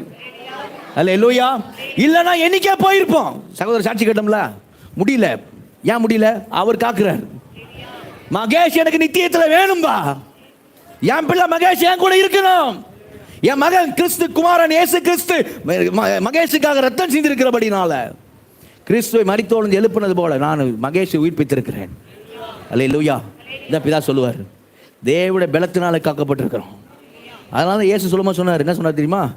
எங்க யோவான் 10 என் நாடுகள் என் சத்தத்தை செவி கொடுக்கிறது. வாசிங்க, என்ன சொல்றாரு? பிதா பத்தி சொல்றாரு பாருங்க. யோவான் 10 அதிகாரம் 27 இருந்து வாசிங்க. யோவான் 10:27 இருந்து. என் நாடுகள் என் சத்தத்திற்கு செவி கொடுக்கிறது. நான் அவைகளை அறிந்திருக்கிறேன். அவைகள் எனக்கு பின் செல்லுகிறது. நான் அவைகளுக்கு நித்திய ஜீவனை கொடுக்கிறேன். நான் அந்த ஆடுகளுக்கு நித்திய ஜீவனை கொடுக்கிறேன். அவைகள் ஒரு காலம் கெட்டு போவதில்லை. ஒருவன் அவைகளை என் கையிலிருந்து பறித்துக் கொள்வதில்லை. அவைகளை எனக்கு தந்த என் பிதா எல்லாரிலும் பெரியவராய் இருக்கிறார். அவைகளை என் பிதாவின் கையில் இருந்து பறித்துக் கொள்ள ஒருவனாலும் கூடாது. அல்ல உச்சாமா லேலியா சொல்லுங்க. உச்சாமா சொல்லுங்க லேலியா. பிதாவின் கையில் இருந்து நம்மை ஒருவனும் பறித்துக் கொள்ள முடியாது. ஹல்லேலூயா. இயேசு சொன்னாரியா, இதெல்லாம் சொல்லும்போது வசனம் வாசிக்க நமக்கு சமயம் இல்லை. கவனிங்க, மத்தேயு 10 அதிகாரம் சொல்றாரு, என்னன்னு மிஞ்சி போனா என்ன பண்ணுவான்? அவனை மிஞ்சி போனா என்ன பண்ணுவான்? கொலைதான் பண்ணுவான். உன் சரீரத்தை கொல்லுகிறவர்களுக்கு நீ பயப்படாத. ஹல்லேலூயா. சரீரத்தை கொண்டு ஆத்மாவை ஒன்றும் செய்ய முடியாதவனுக்கு என்ன பண்ணாத, பயப்படாத. சரீரத்தையும் ஆத்மாவை ரெண்டையும் சேர்த்து நரகத்தை தள்ள வல்ல அவருக்கு பயப்படுங்கள். அல்லேலூயா. ஆத்தும நேசர் அவர். அல்லேலூயா. ஆமா, ஆத்துமாவை டச் பண்ண முடியாது. பிதா கையிலிருந்து ஒருவனும் என்ன செய்ய முடியாது, பறித்து கொள்ள முடியாது. அவன் 40 நாள் உபவாசம் இருந்தாலும் சரி, அப்படியே சொல்கிறேன், 108 தவிர புரண்டாலும் சரி, 1008 முறை குச்சாலும் சரி, கையும் காலையும் கீறிக்கிட்டாலும் சரி, யாகங்கள்லாம் செஞ்சாலும் சரி, உன்னையும் என்னையும் கிறிஸ்துவிடத்திலிருந்து பிரிக்க முடியாது. பிதாவின் கையிலிருந்து நம்மை பிரிக்க முடியாது. அல்லேலூயா. தேவன் நம்மை காக்கிறார். அந்த பலத்த சத்துவத்தின் வல்லமை. அப்போ முதலாவது நாம் அறிய வேண்டியது என்னன்னா, தேவ வல்லமையின் மகத்துவம். அதுக்கு நம்ம ஆண்டுக்கு தேவனுக்கு நன்றி சொல்லணும். அல்லேலூயா. தேவன் என்ன சொல்லணும், நம்ம என்னை காப்பதற்காய் நன்றி. தேவனே என்னை காப்பதற்காய் நன்றி. ஒவ்வொரு நாளும் என்னை காப்பதற்காய் நன்றி. என் ஆத்துமாவை காப்பதற்காய் நன்றி. அல்லேலூயா.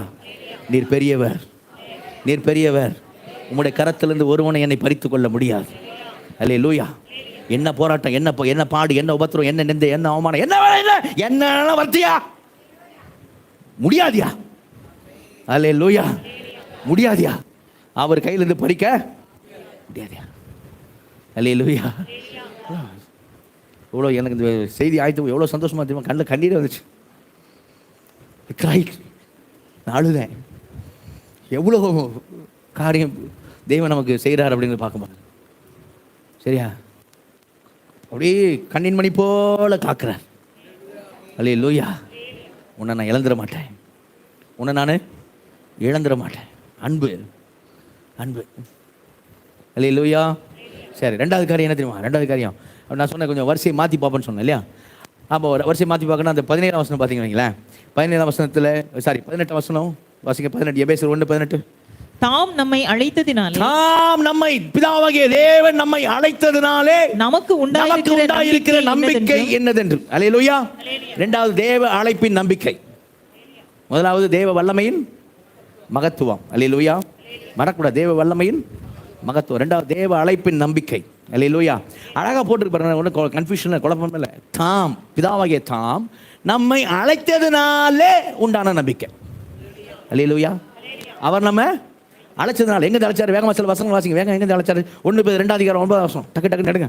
1 பேர் 2 அதிகாரம் 9 வசனம். எங்க இருந்தோம் நம்ம, எங்க அழைக்கப்பட்டிருக்கோம்? வாசிக்கா. எங்க இருந்தோம்? நீங்களோ உங்களை அந்தகாரத்தினின்று, உங்களை அந்தகாரத்தில் இருந்து தம்முடைய ஆச்சரியமான ஒளியிடத்துக்கு வரவழைக்கக்கூடிய புண்ணியங்களை அறிவிக்கும்படிக்கு தெரிந்து கொள்ளப்பட்ட சந்ததி, பரிசுத்த ஜாதிர், ராஜரிக ஆசாரிய கூட்டம், அவரால் அவருக்கு சொந்த ஜனமாய் இருக்கிறீர்கள். முன்னே நீங்கள் தேவனுடைய ஜனமா இருக்கவில்லை, இப்போது தேவ ஜனமா இருக்கிறீர்கள். முன்னே நீங்கள் இரக்கம் பெறவில்லை, இப்போது நீங்கள் இரக்கம் பெற்றிருக்கிறீர்கள். 10ஆம் வசனம் தான் சொல்லும். அல்லேலூயா. அந்தகாரத்தில் இருந்து எங்க கூப்பிட்டுருக்காராம்? ஆச்சரியமான ஒளி நடத்துக்கு வரவழைத்தவருடைய. அல்லேலூயா. நாம் அழைக்கப்பட்டிருக்க நாமெல்லாம் எப்படி ஆள் தெரியுமா? அழைக்கப்பட்டிருக்க நாமெல்லாம் எப்படி ஆட்கள் தெரியுமா? 1 Corinthians 1 அதிகாரம் 26 வாசிங்க. 1 Corinthians 1 அதிகாரம் 26 வசனம். 1 Corinthians 1 அதிகாரம் 26. எப்படி எனில் சகோதரரே, நீங்கள் அழைக்கப்பட்ட அழைப்பை பாருங்கள். அழைக்கப்பட்ட அழைப்பை சகோதரரே பாருங்கள். மாம்சத்தின்படி ஞானிகள் அநேகர் இல்லை. மாம்சத்தின்படி ஞானிகள் அநேகர் இல்லை. ஞானிகள்லாம் ஒரு அலையிலே சொல்லுங்க. நம்ம சொல்ல மாட்டோம், பார்த்தீங்களா? ஆமா, கண்டிப்பா உண்மைதான். அல்லேலூயா. ஆனா ஆண்டவர் நம்ம ஞானிகன்றார். சரியா? ஓகே. ஞானிகள் அநேகர் இல்லை. வல்லவர்கள் அநேகர் இல்லை. வல்லவர்கள் ஒரு அலையிலே சொல்லுங்க. இல்ல. சரி, வல்லவர்கள் அநேகர் இல்லை. பிரபுக்கள் அநேகர் இல்லை. நம்ம சபையில் ஒரே பிரபு தான் இருக்கிறார். அல்லேலூயா. அதனால வசந்த பிரபுக்கள் அநேகர் இல்லை, ஒரு பிரபு இருக்கிறார், அநேகர் இல்லை. சரி, ஸ்தோத்திரம். வாசிங்க. ஞானிகளை வெட்கப்படுத்தும்படி, ஞானிகளை வெட்கப்படுத்தும்படி தேவன் உலகத்தில் பைத்தியமானவைகளை தெரிந்து கொண்டார். பலமுள்ளவைகளை வெட்கப்படுத்தும்படி தேவன் உலகத்தில் பலவீனமானவைகளை தெரிந்து கொண்டார். உள்ளவைகளை அவமாக்கும்படி. சினிமா பைத்தியம், சீரியல் பைத்தியம், பண பைத்தியம், அந்த பைத்தியம், இந்த பைத்தியம், எல்லா பைத்தியமும் உள்ளதா இருக்குது. அல்லேலூயா. நல்ல கரங்க தலையிலே சொல்லுங்க. அல்லேலூயா. ஆமா, எல்லா பைத்தியம் இப்ப எங்கதான் இருக்குது? எல்லாத்தையும் விட்டுட்டு எங்கதான் இருக்குது? அல்லேலூயா. ஆமா, சரியா? இழிவானவைகளை அற்பமாக எண்ணப்பட்டவைகளை என்ன பண்ணார்? தேவனே தெரிந்து கொண்டார். அல்லேலூயா. அழைத்த அழைப்பை பாருங்கள். தேவன் நம்மை அழைத்திருக்க அழைப்பை பாருங்கள். அல்லேலூயா. எப்படிப்பட்ட அழைப்பு கொடுத்து யாரெல்லாம் அழைச்சிருக்காரு? ஏன் அப்படி பண்ணாரு அப்படின்னு கேட்டீங்கன்னா அங்க ஒரு பதில் இருக்கு நமக்கு. ஏன் அப்படி பண்ணாருன்ட்டு. ஏன் பண்ணாராம்? 29. மாம்சமான எவனும் தேவனுக்கு முன்பாக பெருமை பாராட்டாதபடிக்கு அப்படி நம்ம செய்தார். யாரும் காலர்களை உயர்த்தக்கூடாதுன்னு அப்படி பண்ணிருக்கிறார். நல்ல கரங்க தலையில சொல்லுவோமா? அல்லேலூயா. நான் யார் தெரியுமா? அதனால தான் ஆண்டவர் ரட்சித்தார் தெரியுமா? நான் யாரு? அதனால தான் ஆண்டவரே என்னை ரட்சித்தார் அப்படின்னா பலகாரம் வராதான் உள்ளோம். சரியா? அப்படி யாரும் சொல்ல முடியாது. அல்லேலூயா. அல்லேலூயா. அதுதான். ஆனா இங்க அதுக்கான போட்டிருக்கு பெருமை பாராட்டாத படிக்கணும். ஆனா எதுக்கு அலை? இன்னொரு காரியம் எது அழைச்சாரு தெரியுமா? எது எப்படி அலை? அந்த அழைப்பு எப்படி வந்துச்சு நமக்கு? கலாத்தியர் 1:6 வாசிங்களேன். கலாத்தியர் 1:6. உங்களை கிறிஸ்துவின் கிருபையினாலே அழைத்தவரை, உங்களை கிறிஸ்துவின் கிருபையினாலே அழைத்தவரை. நல்ல கரங்க தலையிலே சொல்லுவோமா? என்னங்க எதுல அழைச்சாரு? கிருபையால் அழைத்தவர். அல்லேலூயா. அந்த அழைத்திருக்கிற தேவன் எப்படிப்பட்டவர் தெரியுமா? எப்படிப்பட்டவர்? வசந்த முடிங்க. எப்படிப்பட்டவர்? அழைத்த தேவன் உண்மை உள்ளவர். அல்லேலூயா. 1 கொரிந்தியர் 1:9 வாசிங்க. 1 கொரிந்தியர் 1:9. தம்முடைய குமாரனும் நம்முடைய கர்த்தருமாய் இருக்கிற இயேசு கிறிஸ்துவுடனே ஐக்கியமாய் இருப்பதற்கு உங்களை அழைத்த தேவன் உண்மையுள்ளவர். உங்களை அழைத்த தேவன் உண்மையுள்ளவர். அல்ல கரங்கத்திலே சொல்லுவோமா? அல்லேலூயா. நம்ம அழைத்திருக்க தேவன் எப்படி ஒளிக்க கிருபையினாலே நம்ம அழைத்திருக்கிறார். அல்லேலூயா. ஃபைனல் எங்க அழைச்சிருக்கிறார்? 1 பேதுரு 5:10 1 பேதுரு 5:10 ஃபைனல் அழைப்பினர். கிறிஸ்து இயேசுவுக்குள் நம்மை தமது நித்திய மகிமைக்கு அழைத்தவராய் இருக்கிற தமது நித்திய மகிமைக்கு அழைத்தவராய் இருக்கிற சகல கிருபையின் பொருந்திய தேவன் தாமே. எல்லா கரங்களை சொல்லுவோமா? எங்க அழைச்சிருக்கிறாரா? நித்திய மகிமைக்கு அழைத்தவராய் இருக்கிற. அல்லேலூயா. அங்க இந்த வசனோட நம்ம சொல்லுது அவர் தான் நம்மளை காக்குறாரு சொல்லி பாருங்க. நீங்களே பாருங்களேன். கிறிஸ்து இயேசுவுக்குள் நம்மை தமது நித்திய மகிமைக்கு அழைத்தவராய் இருக்கிற சகல கிருபையும் பொருந்திய தேவன் தாமே கொஞ்ச காலம் பாட வைக்கிற உங்களை சீர்படுத்தி ஸ்திரப்படுத்தி பலப்படுத்தி நிலை நிறுத்துவாராக. அல்லேலூயா. அவரே சீர்படுத்தி ஸ்திரப்படுத்தி பலப்படுத்தி நிலை நிறுத்துவாராக. அல்லேலூயா. எங்க அழைச்சிருக்கிறாரு? நித்திய மகிமைக்கு அழைத்ததனாலே உண்டான நம்பிக்கை. யார் அழைச்சா? தேவன். அல்லேலூயா. அந்த அழைப்புக்கு என்ன அழைப்பு தெரியுமா? என்ன அழைப்புன்னு போட்டுருக்க பைபிள்ல? 2 தீமோத்தேயு 1:9 வாசிங்க. 2 தீமோத்தேயு 1:9 2 தீமோத்தேயு 1. அவர் நம்முடைய கிரியைகளின்படி நம்மை ரட்சிக்காமல், அவர் நம்முடைய கிரியையின்படி நம்மை ரட்சிக்காமல் தம்முடைய தீர்மானத்தின்படியும் ஆதிகாலம் முதல் கிறிஸ்து இயேசுவுக்குள் நமக்கு அருளப்பட்ட கிருபையின்படியும் நம்மை ரட்சித்து பரிசுத்த அழைப்பினாலே அழைத்தார். அல்லேலூயா. நம்மை ரட்சித்து எந்த அழைப்பினால் அழைத்தார்? என்ன அழைப்பு? நம்ம அழைப்பு என்ன அழைப்பு? பரிசுத்த அழைப்பு. அல்லேலூயா. எத்தனை பேர் சந்தோஷமா இருக்க மாட்டேன்? கரங்க தலையிலே சொல்லுங்க. அல்லேலூயா. பரிசுத்த அழைப்பு. நம்முடைய கிரியையின்படி அவர் நம்மை அழைக்கல, கிருபையினாலே அழைத்திருக்கிறார். அல்லேலூயா. இப்ப பவுல் என்ன சொல்றாரு? தாம் நம்மை அழைத்ததனாலே நமக்கு உண்டாயிருக்கிற என்னது? எபேசியர் 1:18. தாம் நம்மை அழைத்ததனாலே நமக்கு உண்டாயிருக்கிற நம்பிக்கை. தேவ அழைப்பின் நம்பிக்கை தான் பார்க்கிறோம். நம்பிக்கை என்னதென்று. அல்லேலூயா. நம்பிக்கை. கவனிங்க. இந்த உலகத்தில் என்னவோ நம்பிக்கை இருக்குது. எல்லார்ட்டையும் ஒரு நம்பிக்கை இருக்குது. எல்லார்ட்டையும் நம்பிக்கை இருக்குது. எல்லார்ட்டையும் எப்படியான வாழ்க்கையில் முன்னேக்கு வந்துடுவேன், எப்படியா பையன் படிச்சு கழிச்சிருவான், சரியா எப்படியாவது வந்துடுவான், அப்படியாக இப்படி வந்துடுவான், என்னென்னமோ நம்பிக்கை உண்டு. சரியா? பைபிள் அதை பற்றி சொல்லுது. அந்த மாதிரி நம்பிக்கை பற்றி பைபிள் சொல்லுது. உதாரணத்துக்கான ஒரு வசனம் வாசிங்க. 1 கொரிந்தியர் 9:10 1 கொரிந்தியர் 9:10. சில பேருக்கு கிறிஸ்து மேல பயங்கர நம்பிக்கை இருக்கு. என்ன? நமக்காகத்தான் இதை சொல்லுகிறாரோ? வாசிங்க. உழுகிறவன் நம்பிக்கையோடு உழவும், போரடிக்கிறவன் தான் நம்புகிறதில் பங்கடைவேன் என்கிற நம்பிக்கையோட போரடி. அப்ப இப்ப உள்றவன் ரட்சிக்கப்படாதுன்னு வச்சுக்கோ. உள்றவன் என்ன நம்பிக்கையோட உள்றான்? நம்பிக்கையோட உள்றான். என்ன கண்டிப்பா என்ன கிடைக்கும்? பலன் கிடைக்கும் அப்படிதான் உள்றான். சரியா? அப்ப இது மாதிரி நம்பிக்கை உலகத்துல எல்லாம் இருக்குது. ஆனா பைபிள் காமிக்கிற நம்பிக்கை, தாம் நம்மை அழைத்ததனாலே நமக்கு உண்டாயிருக்கிற நம்பிக்கை என்னதுன்றும் அது இந்த நம்பிக்கை இல்லை. அந்த நம்பிக்கை என்ன தெரியுமா? அந்த நம்பிக்கை இல்லாதவர்களாக தான் நீங்கள் நானும் என்ன செய்தோம்? இருந்தோம். அந்த நம்பிக்கை இல்லாதவர்களாக நீங்கள் நானும் இருந்தோம். அக்காலத்தில் கிறிஸ்துவை சேராதவர்களும். வாசிங்க. எபேசியர் 2:12 வாசிங்க. அக்காலத்தில் கிறிஸ்துவை சேராதவர்களும். அக்காலத்திலே நான் எக்காலத்திலே? கிறிஸ்துவுக்கு முன்னாடி வர. அக்காலத்திலே எக்காலத்திலே? ரட்சிப்புக்கு முன்னாடி. முற்காலத்திலே. எப்போ? எந்த காலத்திலே? ரட்சிக்கப்படுவதற்கு முன்னாடி. அல்லேலூயா. ஆமா. அக்காலத்திலே கிறிஸ்துவை சேராதவர்களும், இஸ்ரவேலுடைய காணியாட்சிக்கு புறம்பானவர்களும், வாக்குத்தத்தத்தின் உடன்படிக்கைக்கு அந்நியரும், நம்பிக்கை இல்லாதவர்களும். என்ன இல்லாதவர்கள்? நம்பிக்கை இல்லாதவர்களும் இவ்வுலகத்தில் தேவனற்றவருமாய் இருந்தீர்கள் என்று நினைத்துக் கொள்ளுங்கள். அப்ப எப்படி இருந்தோம்? நாம நம்பிக்கை இல்லை. நமக்கு என்ன நம்பிக்கை இல்லை? நம்பிக்கையில் என்ன தெரியுமா? துன்மார்க்குடைய நம்பிக்கை மரணத்தில் முடிஞ்சிடும். துன்மார்க்க நம்பிக்கை மரணத்தில் அழியும். ஆனால் நீதிமானோ தன் மரணத்தில் நம்பிக்கை உள்ளவன். நல்ல கர்மத்தில் சொல்லுவோமா? இப்போ இந்த நம்பிக்கை அற்றவர்களாக இருந்தோம்னு சொன்னால், இதே நிலைமை நம்ம இருந்ததுன்னு வச்சுக்கலாம். யாராவது நம்ம வீட்டில் போயிட்டாங்க அப்படின்னு நான் சொல்ல, போயிட்டாங்கன்னு புரியுதா? எங்கள் ஊருக்கு போன சொல்லுவேன் நான், போயிட்டாங்க, ஐயோ போயிட்டியே அப்படின்னு. நம்ம நிலைமை என்ன தெரியுமா? எங்கே போனாங்க நமக்கு தெரியாது. அவ்வளோதான். பைபிளை சொல்லுது. 1 Thessalonians 4:13 வாசிக்க. 1 Thessalonians 4:13. அன்றியும் சகோதரரே, நித்திரை அடைந்தவர்களின் நிமித்தம் நீங்கள் நம்பிக்கையற்றவர்களான மற்றவர்களைப் போல துக்கித்து அறிவில்லாதிருக்க எனக்கு மனதில்லை. அவங்களுக்கு நம்பிக்கை கிடையாது. எங்க போனான்னு தெரியாது. அவன் துக்கமா தான் இருப்பான், வேதனையிலே இருப்பான். ஆனா நீ அப்படி இருக்காத. நமக்கு தெரியும் எங்க போறோம். அல்லேலூயா. நம்ம விட்டு போனோம் எங்க போயிருக்கிறாங்க நமக்கு தெரியும். அல்லேலூயா. ஏன்னா போயிருக்கிறவங்கள அது அடுத்த வசனம் சொல்லுவாங்க. அடுத்த வசனம் வாசிங்க.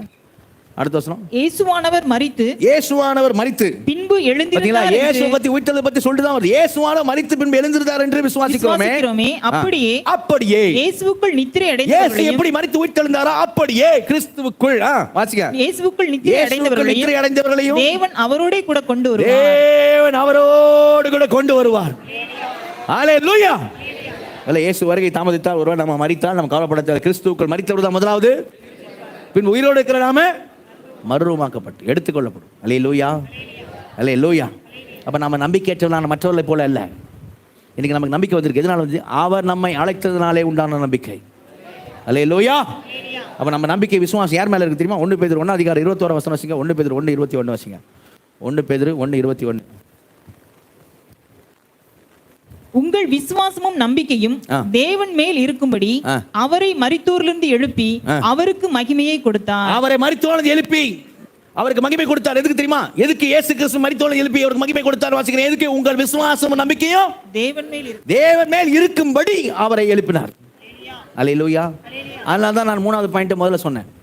நமக்கு பெட்டர் அண்டர்ஸ்டாண்டிங் ஒரு வசனம்லாம் பார்க்கும்போது, அவர் பலத்த சத்துவத்தின் வல்லமையின் மகத்துவம் என்ன அப்படின்னு சொல்லா, மகா மேன்மையான மகத்துவம், வல்லமையின் மகா மேன்மையான மகத்துவம். இதான் அவரை எழுப்பி நம்ம காமிச்சிருக்கிறார். அல்லேலூயா, அல்லேலூயா. யாரா இன்னைக்கு சொல்லுங்க, யாரை பேசலாம் பரவாயில்ல. ஒரு 2 காரணம் சொல்லுங்களேன். எப்படி டெஃபினட்டாக சொல்ல முடியும்? 100% எப்படி நம்மளை தேவன் எழுப்புவார்? 100% எப்படி சொல்றீங்க? எப்படி சொல்றீங்க 100% தேவன் நம்ம எழுப்புவார்? என்ன ஆதாரம்? 100% தேவன் நம்ம நிச்சயமா எழுப்புவார். இயேசு எழுப்பினார். நல்ல கரங்க தலையில சொல்லுவோமா? நல்ல உச்சமலையில சொல்லுவோமா? ஒன்று எதுனால? இயேசுவை எழுப்பினார். அல்லேலூயா. தேவன் அவரை எழுப்பினார். ரெண்டாவது அரபான். What is அரபான்? எபேசியர் 1 அதை சொல்றாங்க. பாஸ்டர் கரெக்டாக சொல்றாங்க. எபேசியர் 1 14 வசனம். எபேசியர் 1:14. அவருக்கு சொந்தமானவர்கள். டாக்டர் சொன்னாங்களா? Very good, praise the Lord. சரி, டாக்டரும் பாஸ்டரும் சொல்லிருக்காங்க என்னன்னு கரெக்டா. 2வது நல்லா கை தட்டி உற்சாகப்படுத்து. அல்லேலூயா. அவருக்கு சொந்தமானவரோட மகிமைக்கு புகழ்ச்சியா மீட்கப்படுவார்கள் என்பதற்கு ஆவியானவர் நம்முடைய சுதந்திரத்தின் அட்வான்ஸா இருக்கிறார், அடவானா இருக்கிறார், உள்ளே இருக்கிறார். அட்வான்ஸ் கொடுக்கப்பட்டிருக்கு. பேலன்ஸ் பேமெண்ட் இயேசு வருகையில் செலுத்தப்படும். அல்லேலூயா. டெஃபினட்டா செலுத்தப்படும். அவர் யாருக்கும் கடன்கார் கிடையாது. அல்லேலூயா, அல்லேலூயா. டெஃபினட் 100% எழுந்திருப்போம். ஏன்னா யார் நமக்கு அச்சாரமாக கொடுக்கப்பட்டிருக்கு? ஆவியானவர். வாசிங்களேன், ரோமர் 8:11 வாசிங்க. ரோமர் 8:11. அன்றியும் இயேசுவை மரித்தோரிலிருந்து எழுப்பினுடைய ஆவி உங்களில் வாசமாய் இருந்தார். கிறிஸ்துவை மரித்தோரிலிருந்து எழுப்பினவர் உங்களில் வாசமாய் இருக்கிற தம்முடைய ஆவியினாலே சாவுக்கு ஏதுவான உங்கள் சரீரங்களையும் உயிர்ப்பிப்பார். இத்தனை நிலையிலே வருது. மற்றவங்களாம் என்னது? மற்றவங்களாம் எப்படி இருக்க? பண்ணட்டும் எளிமின்னு அப்போ சொல்கிறோம் இல்லையா? இப்போ இல்லை. சரியா? அப்படிதான் இருக்கு. என்ன மாதிரி வசனம் சொல்லு? அவரோட ஆவி நமக்குள்ளே இருக்கிறனால, அச்சாரமாக அட்வான்ஸாக கொடுத்துருக்கனால. எபேசியர் 1:14 ரோமர் 8:11 2 பக்கத்தை வச்சு பார்த்தீங்கன்னீங்களேன், பியூட்டிஃபுல்லாக இருக்கு. அங்கே அச்சாரமாக கொடுத்துருக்காரு. அந்த அச்சாரம் உள்ளே இருக்கிறனால எழுப்புவார், உயிர்ப்பிப்பார். அல்லேலூயா. நீங்கள் நான் எப்படி விசுவாசிங்க தெரியுமா? எப்படி விசுவாசிக்கணும்? யாரை மாதிரி விசுவாசிங்க? யாரை மாதிரி? விசுவாசிகளின் தகப்பன் யார்? ஆபிரகாம். எப்படி விசுவாசம் போட்டுருக்குமா அவனை பற்றி? தான் சரீரம் செத்து போனதையும், எனக்கா எவ்வளோ கவனிங்க, சரீரம் செத்து போனதையும் சாராளுடைய கர்ப்பம் செத்து போனதையும் அவன் எண்ணாதிருந்தான். அல்லேலூயா. அந்த ரோமர் 4:18 வாசிங்க. நம்பிக்கை எப்படி பாருங்க, எப்படி உன் சந்ததி இவ்வளவா இருக்கும் என்று சொல்லப்பட்டபடியே, சந்ததி இவ்வளவா இருக்கும் என்று சொல்லப்பட்டபடியே, தான் அநேக ஜாதிகளுக்கு தகப்பனாவதை நம்புகிறதுக்கு ஏதுவில்லை. ஏன்னா வயசாகி போச்சு, சரீரம் சுருங்கி போச்சு, வயசாகி போச்சு.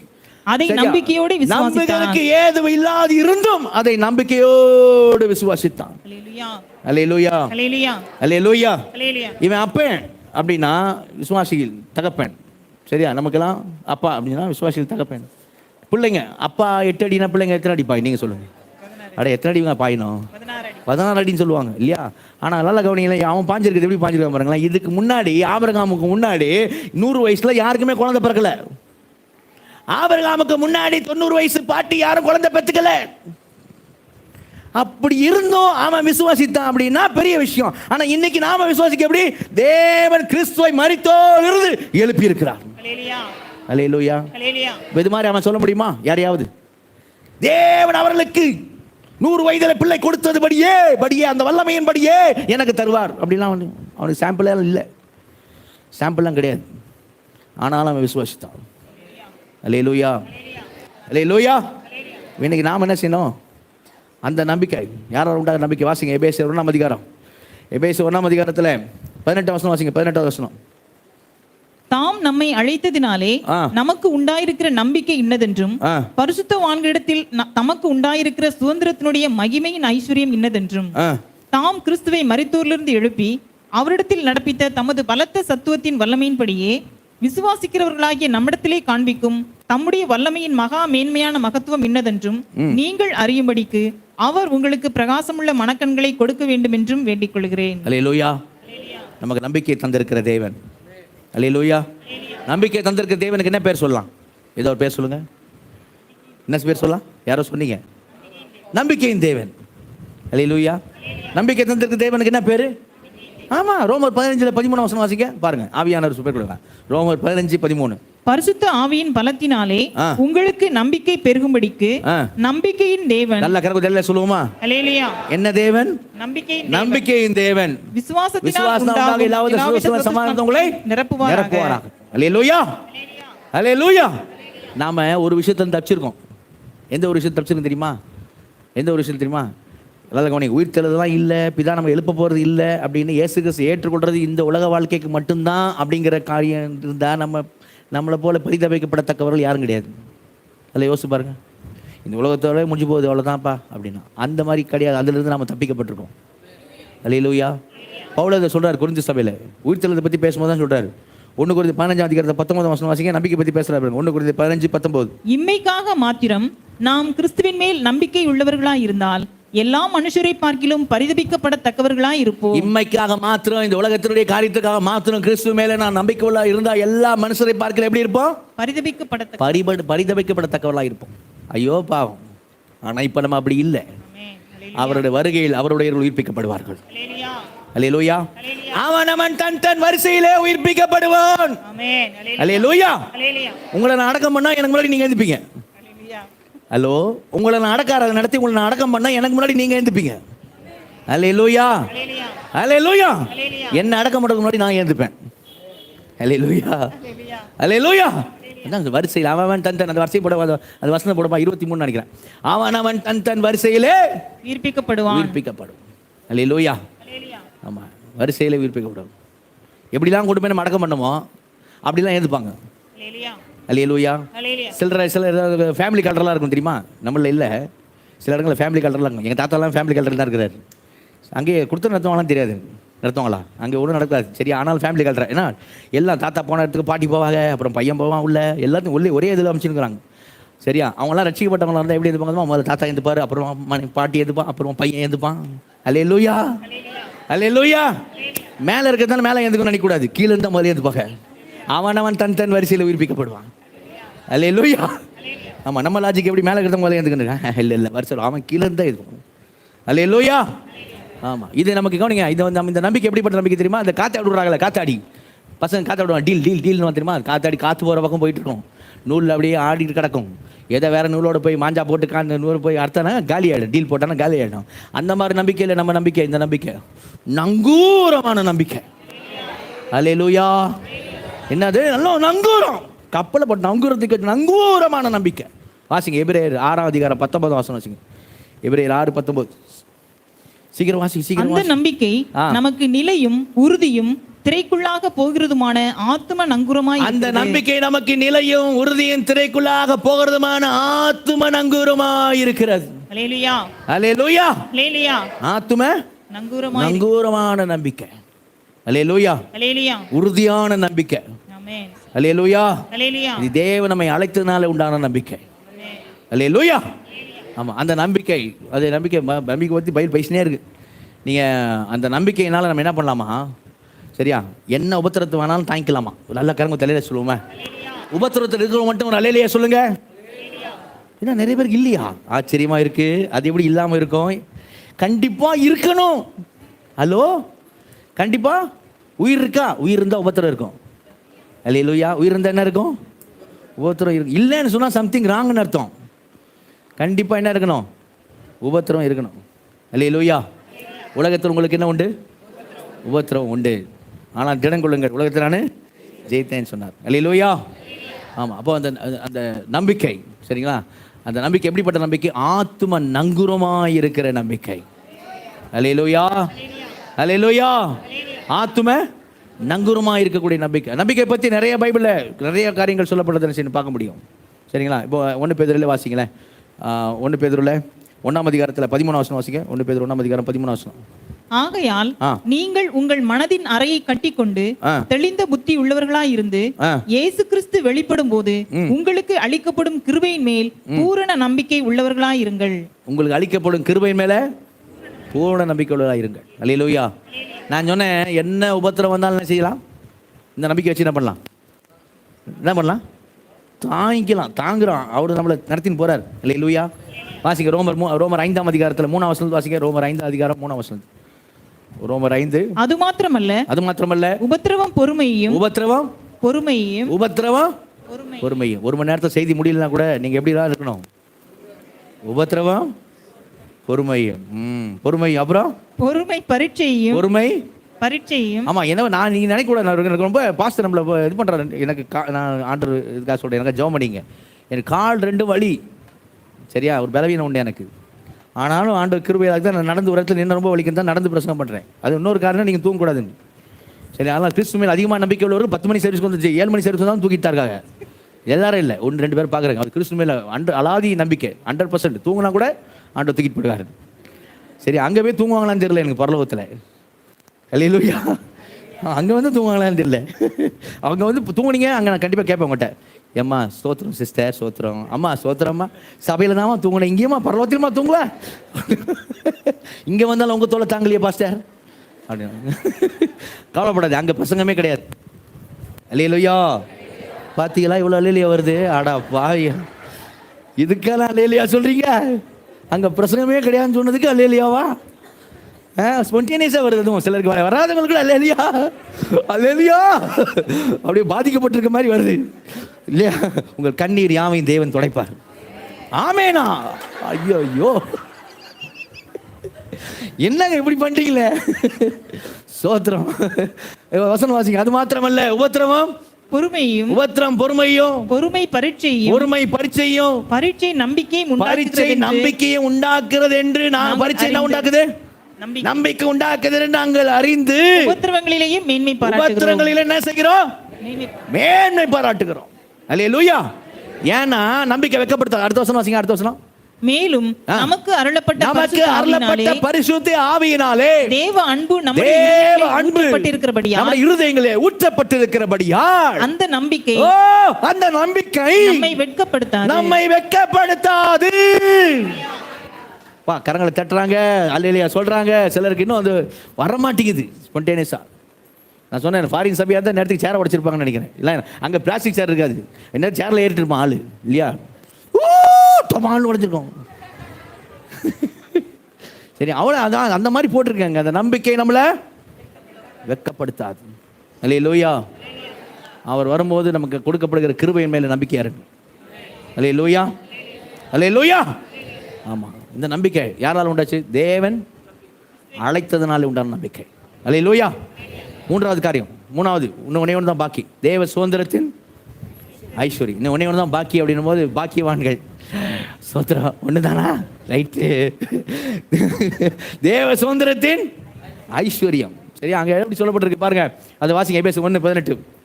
தாம் நம்மை அழைத்ததினாலே நமக்கு உண்டாயிருக்கிற நம்பிக்கை என்னதென்றும் பரிசுத்தவான்களிடத்தில் நமக்கு உண்டாயிருக்கிற சுதந்திரத்துடைய மகிமையின் ஐஸ்வர்யம் இன்னதென்றும். அல்லேலூயா. சுதந்திரத்தின் மகிமையின் ஐஸ்வர்யம். பழைய ஏற்பாட்டில் கவனி, வேகமா சொல்றேன். பழைய ஏற்பாட்டில் வசனங்க போட்டிருப்பாங்க. உன் சந்ததிக்கு தேசத்தை கொடுப்பேன். ஆதியாகமம் 12:7. சரியா? ஆபிரகாம்கிட்ட பேச ஆண்டு சொன்னார், உன் சந்ததிக்கு தேசத்தை கொடுப்பேன்னார். நீங்கள் ஆதியாகமம் 15:18-21 பார்த்தீங்களா? எமோரியர், எபூசியர், பெர்சியர், கிர்காசியர் இவங்கெல்லாம் இருக்கிற லேண்டை என்ன செய்வோம்? சந்ததிக்கு என்ன பண்ணுவேன்? கொடுப்பேன் அப்படின்னு சொல்லி ஆண்டு சொன்னார். சரியா? சொன்னாரா? அதே போல அவங்க சந்ததியாகி இஸ்ரேல் ஜனங்களை எகிப்திலிருந்து மீட்டெடுத்து யாத்திராகம் 6:6-9 பார்த்தீங்கன்னா அவங்களுக்கு ஆண்டவர் கொடுத்தார். அல்லேலூயா. அது யாருது தெரியுமா? அது யாருது? தேவனுடையது. அல்லேலூயா. பூமியை நிறைவு யாருதுங்க? கானான் தேசம் அவருது. பாலும் தேன் ஒரு தேசமாக மாற்றி வச்சார். அவரு கிஃப்டாக கொடுத்தார். அல்லேலூயா. யாத்திராகம் 15:17 வாசிங்க. யாருது இந்த லேண்டு பாருங்க? யாருது பாருங்க? யாத்திராகம் 15:17. யாத்திராகம் 15:17. நீர் அவர்களை கொண்டு போய் கர்த்தராகிய தேவரீர் வாசம் பண்ணுகிறதற்கு நியமித்த ஸ்தானமாகிய உம்முடைய சுதந்திரத்தின் பர்வதத்திலும் ஆண்டவராகிய தேவருடைய கரங்கள் ஸ்தாபித்த பரிசுத்த ஸ்தலத்திலும் அவர்களை நாட்டுவீர். அல்லேலூயா. அப்ப யாரோடது? யோசுவா 22:19 வாசிங்க. யாருது பாருங்க? யோசுவா 22:19. வேகமா வாசிங்க. யோசுவா 22:19. உங்கள் காணியாட்சியான தேசம் தீட்டா இருந்ததானால் கர்த்தருடைய வாசஸ்தலம் தங்குகிற கர்த்தருடைய காணியாட்சியான அக்கறையில் உள்ள தேசத்திற்கு வந்து எங்கள் நடுவே காணியாட்சி பெற்று. இது யார் தெரியுமா? கவனிங்க. 2 கோத்திரம் இந்த பக்கம், யோர்தானுக்கு இந்த பக்கம் இருந்தாங்க. அவங்கள பார்த்து 9 கோத்திரம் சொல்லுச்சு. என்ன சொல்லுச்சு? நீ உங்களுக்கு அந்த பக்கம் நீங்க தீட்டு விடப்படுற மாதிரி காரியம்லாம் இருந்தா ஒருவேளை கர்த்தருடைய காணியாட்சி ஆகிய இந்த பக்கம் வந்துருங்க. யோர்தானை கடந்து செய்ய இந்த பக்கம் தேவனுடைய லேண்டுக்கு வந்துருங்க. அல்லேலூயா. தேவன் கிஃப்டா கொடுத்தார். 21 யோசுவா 21:43 வாசிங்க. 21 முந்தின அதிகாரம் 43 வாசிங்க. இந்த பிரகாரமாக கர்த்தர் இஸ்ரவேலுக்கு கொடுப்பேன் என்று அவருடைய பிதாக்களுக்கு ஆணையிட்ட தேசத்தை எல்லாம் கொடுத்தார். அவர்கள் அவைகளை சுதந்தரித்துக் கொண்டு அவைகளிலே குடியிருந்தார்கள். கிஃப்டா கொடுத்தார். அடுத்த வசனம். கர்த்தர் அவருடைய பிதாக்களுக்கு ஆணையிட்டபடி எல்லாம் அவர்களை சுற்றிலும் யுத்தம் இல்லாமல் இளைப்பாற பண்ணினார். அவருடைய எல்லா சத்துருக்களிலும் ஒருவரும் அவர்களுக்கு முன்பாக ஆண்டவர் வந்து இளைப்பாற பண்ணி செட்டில் பண்ணி கிஃப்டா என்ன செய்தாரு? கொடுத்தார். அல்லேலூயா. யோசுவா 18:1-10 வாசிங்க. எப்படி கொடுத்தாரு? சீட்டு போட்டு கொடுத்தார். லாட் சீட்டு. அல்லேலூயா. எப்படி கொடுத்தாரு? குலுக்கல் போட்டு சீட்டு போட்டு தான் என்ன செய்தார்? கொடுத்தார். சரியா? சீட்டு போட்டு பகிர்ந்து கொடுத்தார். அல்லேலூயா. கிஃப்டா கொடுத்தார், பகிர்ந்து கொடுத்தார். அல்லேலூயா. பகிர்ந்து கொடுக்கும்போது கவனிங்க, யாருக்கும் இண்டிவிஜுவல் ஆளுகள் கிடையாது சுதந்திரம். தனிப்பட்ட மனுஷன் மேலே எழுதி வைக்கல ஆண்டவர். ஒரு ஃபேமிலிக்கு. அல்லேலூயா. அந்த சுதந்திரம் யாருக்கு? ஒரு ஃபேமிலி. அதனால தான் ஃபேமிலி விட்டு சுதந்திரம் இப்போ வெளியே போகக்கூடாது. அப்போ அந்த ஃபேமிலியில் அப்பா என்ன பண்ணணும்னா பிள்ளைக்கு, மூத்த பிள்ளைக்கு சேஷ்ட புத்திர பாகம் 3-2 பங்கு கொடுக்கணும். மற்ற பிள்ளைகளுக்கு 3-1 பங்கு கொடுக்கணும். ஏன்னா அவன் தான் ஃபேமிலி என்ன நடத்தணும், அப்படி கொடுக்கணும். அந்த சுதந்திரம் என்ன வெளியே போகக்கூடாது. சரி, ஒருவனுக்கு அவனுக்கு பிள்ளை இல்லாத இருந்தான், குமாரன் இல்லைன்னா சரியா? என்னாகும் 27 8-11 பாருங்க. என்னாங்க 27 8-11 பாருங்க. அவனுக்கு குமாரன் இல்லை அப்படின்னா குமாரத்தை கொடுக்கணும். குமாரனும் இல்லை, குமாரத்துகள் இல்லை, என்ன பண்ணலாம் அப்படின்னு சொன்னா கூட பிறந்த சகோதரருக்கு அவன் அப்பங்காரன் கூட பிறந்த சகோதரருக்கு கொடுக்கணும். கூட பிறந்த சகோதரன் இல்லை அப்படின்னா அவனுடைய அப்பாவுடைய சகோதரருக்கு என்ன செய்யணும்? கொடுக்கணும். அவங்களே இல்லை அப்படின்னா கிட்டின சுதந்திரவாளிக்கு என்ன செய்யணும்? கொடுக்கணும். சரியா? இதெல்லாம் சொன்ன வெளியே போகக்கூடாது. சுதந்திரம் செய்யக்கூடாது, வெளியே போகக்கூடாது. இப்போ குமாரத்தி கொடுக்கப்பட்ட சுதந்திரம் அவன் வந்து வேற கோத்திரத்தில் கல்யாணம் பண்ணக்கூடாது. சரியா? என்னாகும் 36 அவ கோத்திரத்தில் என்ன செய்யணும்? கல்யாணம் பண்ணணும். ஏன்னா வேற கோத்திரத்தில் செய்யக்கூடாது, அங்கே போகக்கூடாது. ஒருவேளை அண்ணன்காரன் கல்யாணம் பண்ணி குழந்தை இல்லாமல் செத்துட்டான் அப்படின்னா தம்பிக்காரன் என்ன செய்யணும்? அண்ணன் ஒய்ஃபை கல்யாணம் பண்ணிக்கணும். சரியா?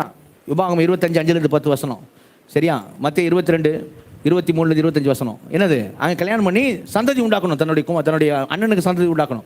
பிறக்கிற குழந்தைக்கு அண்ணன் பேரை வைக்கணும். ஏன்னா அந்த காணியாட்சி என்ன பண்ணக்கூடாது? வெளியில் போகக்கூடாது. லேவியராங்க 25 பார்த்தீங்கன்னா 25 பார்த்தீங்கன்னா யாருக்கும் வெளியில் நினைச்சக்கூடாது, அதை கொடுக்கக்கூடாது. அப்படி கொடுக்கப்பட்டிருந்தா நீ என்ன செய்யணும்? நீ சகோதரனா நீ அதை மீட்கணும். கிட்டின சுதந்திரவாளியாக மீட்கணும். அதான் ரூத்து புத்தகத்தை வாசிப்போம். மீட்கிற காரியத்தை குறித்து இதெல்லாம் சொல்லப்பட்டது. சரிங்களா? இதெல்லாம் சொல்லப்படும் போது கவனிங்க, இதெல்லாம் பழைய ஏற்பாட்டு சுதந்திரத்தின் காரியம். அவங்களுக்கு இஸ்ரேல் மக்கள் தான் தேவனுடைய சுதந்திரமாக இருந்தார்கள், தேவன் அவர்களுடைய சுதந்திரமாக இருந்தார். நல்ல கருங்கு இதெல்லாம் சொல்லுவோமா? உச்சாமலையில சொல்லுவோமா? இப்போ புதிய ஏற்பாடுக்கு வந்துடுவோம், நம்ம கதைக்கு வந்துடுவோம். புதிய ஏற்பாட்டில் யார் சுதந்திரவாளி?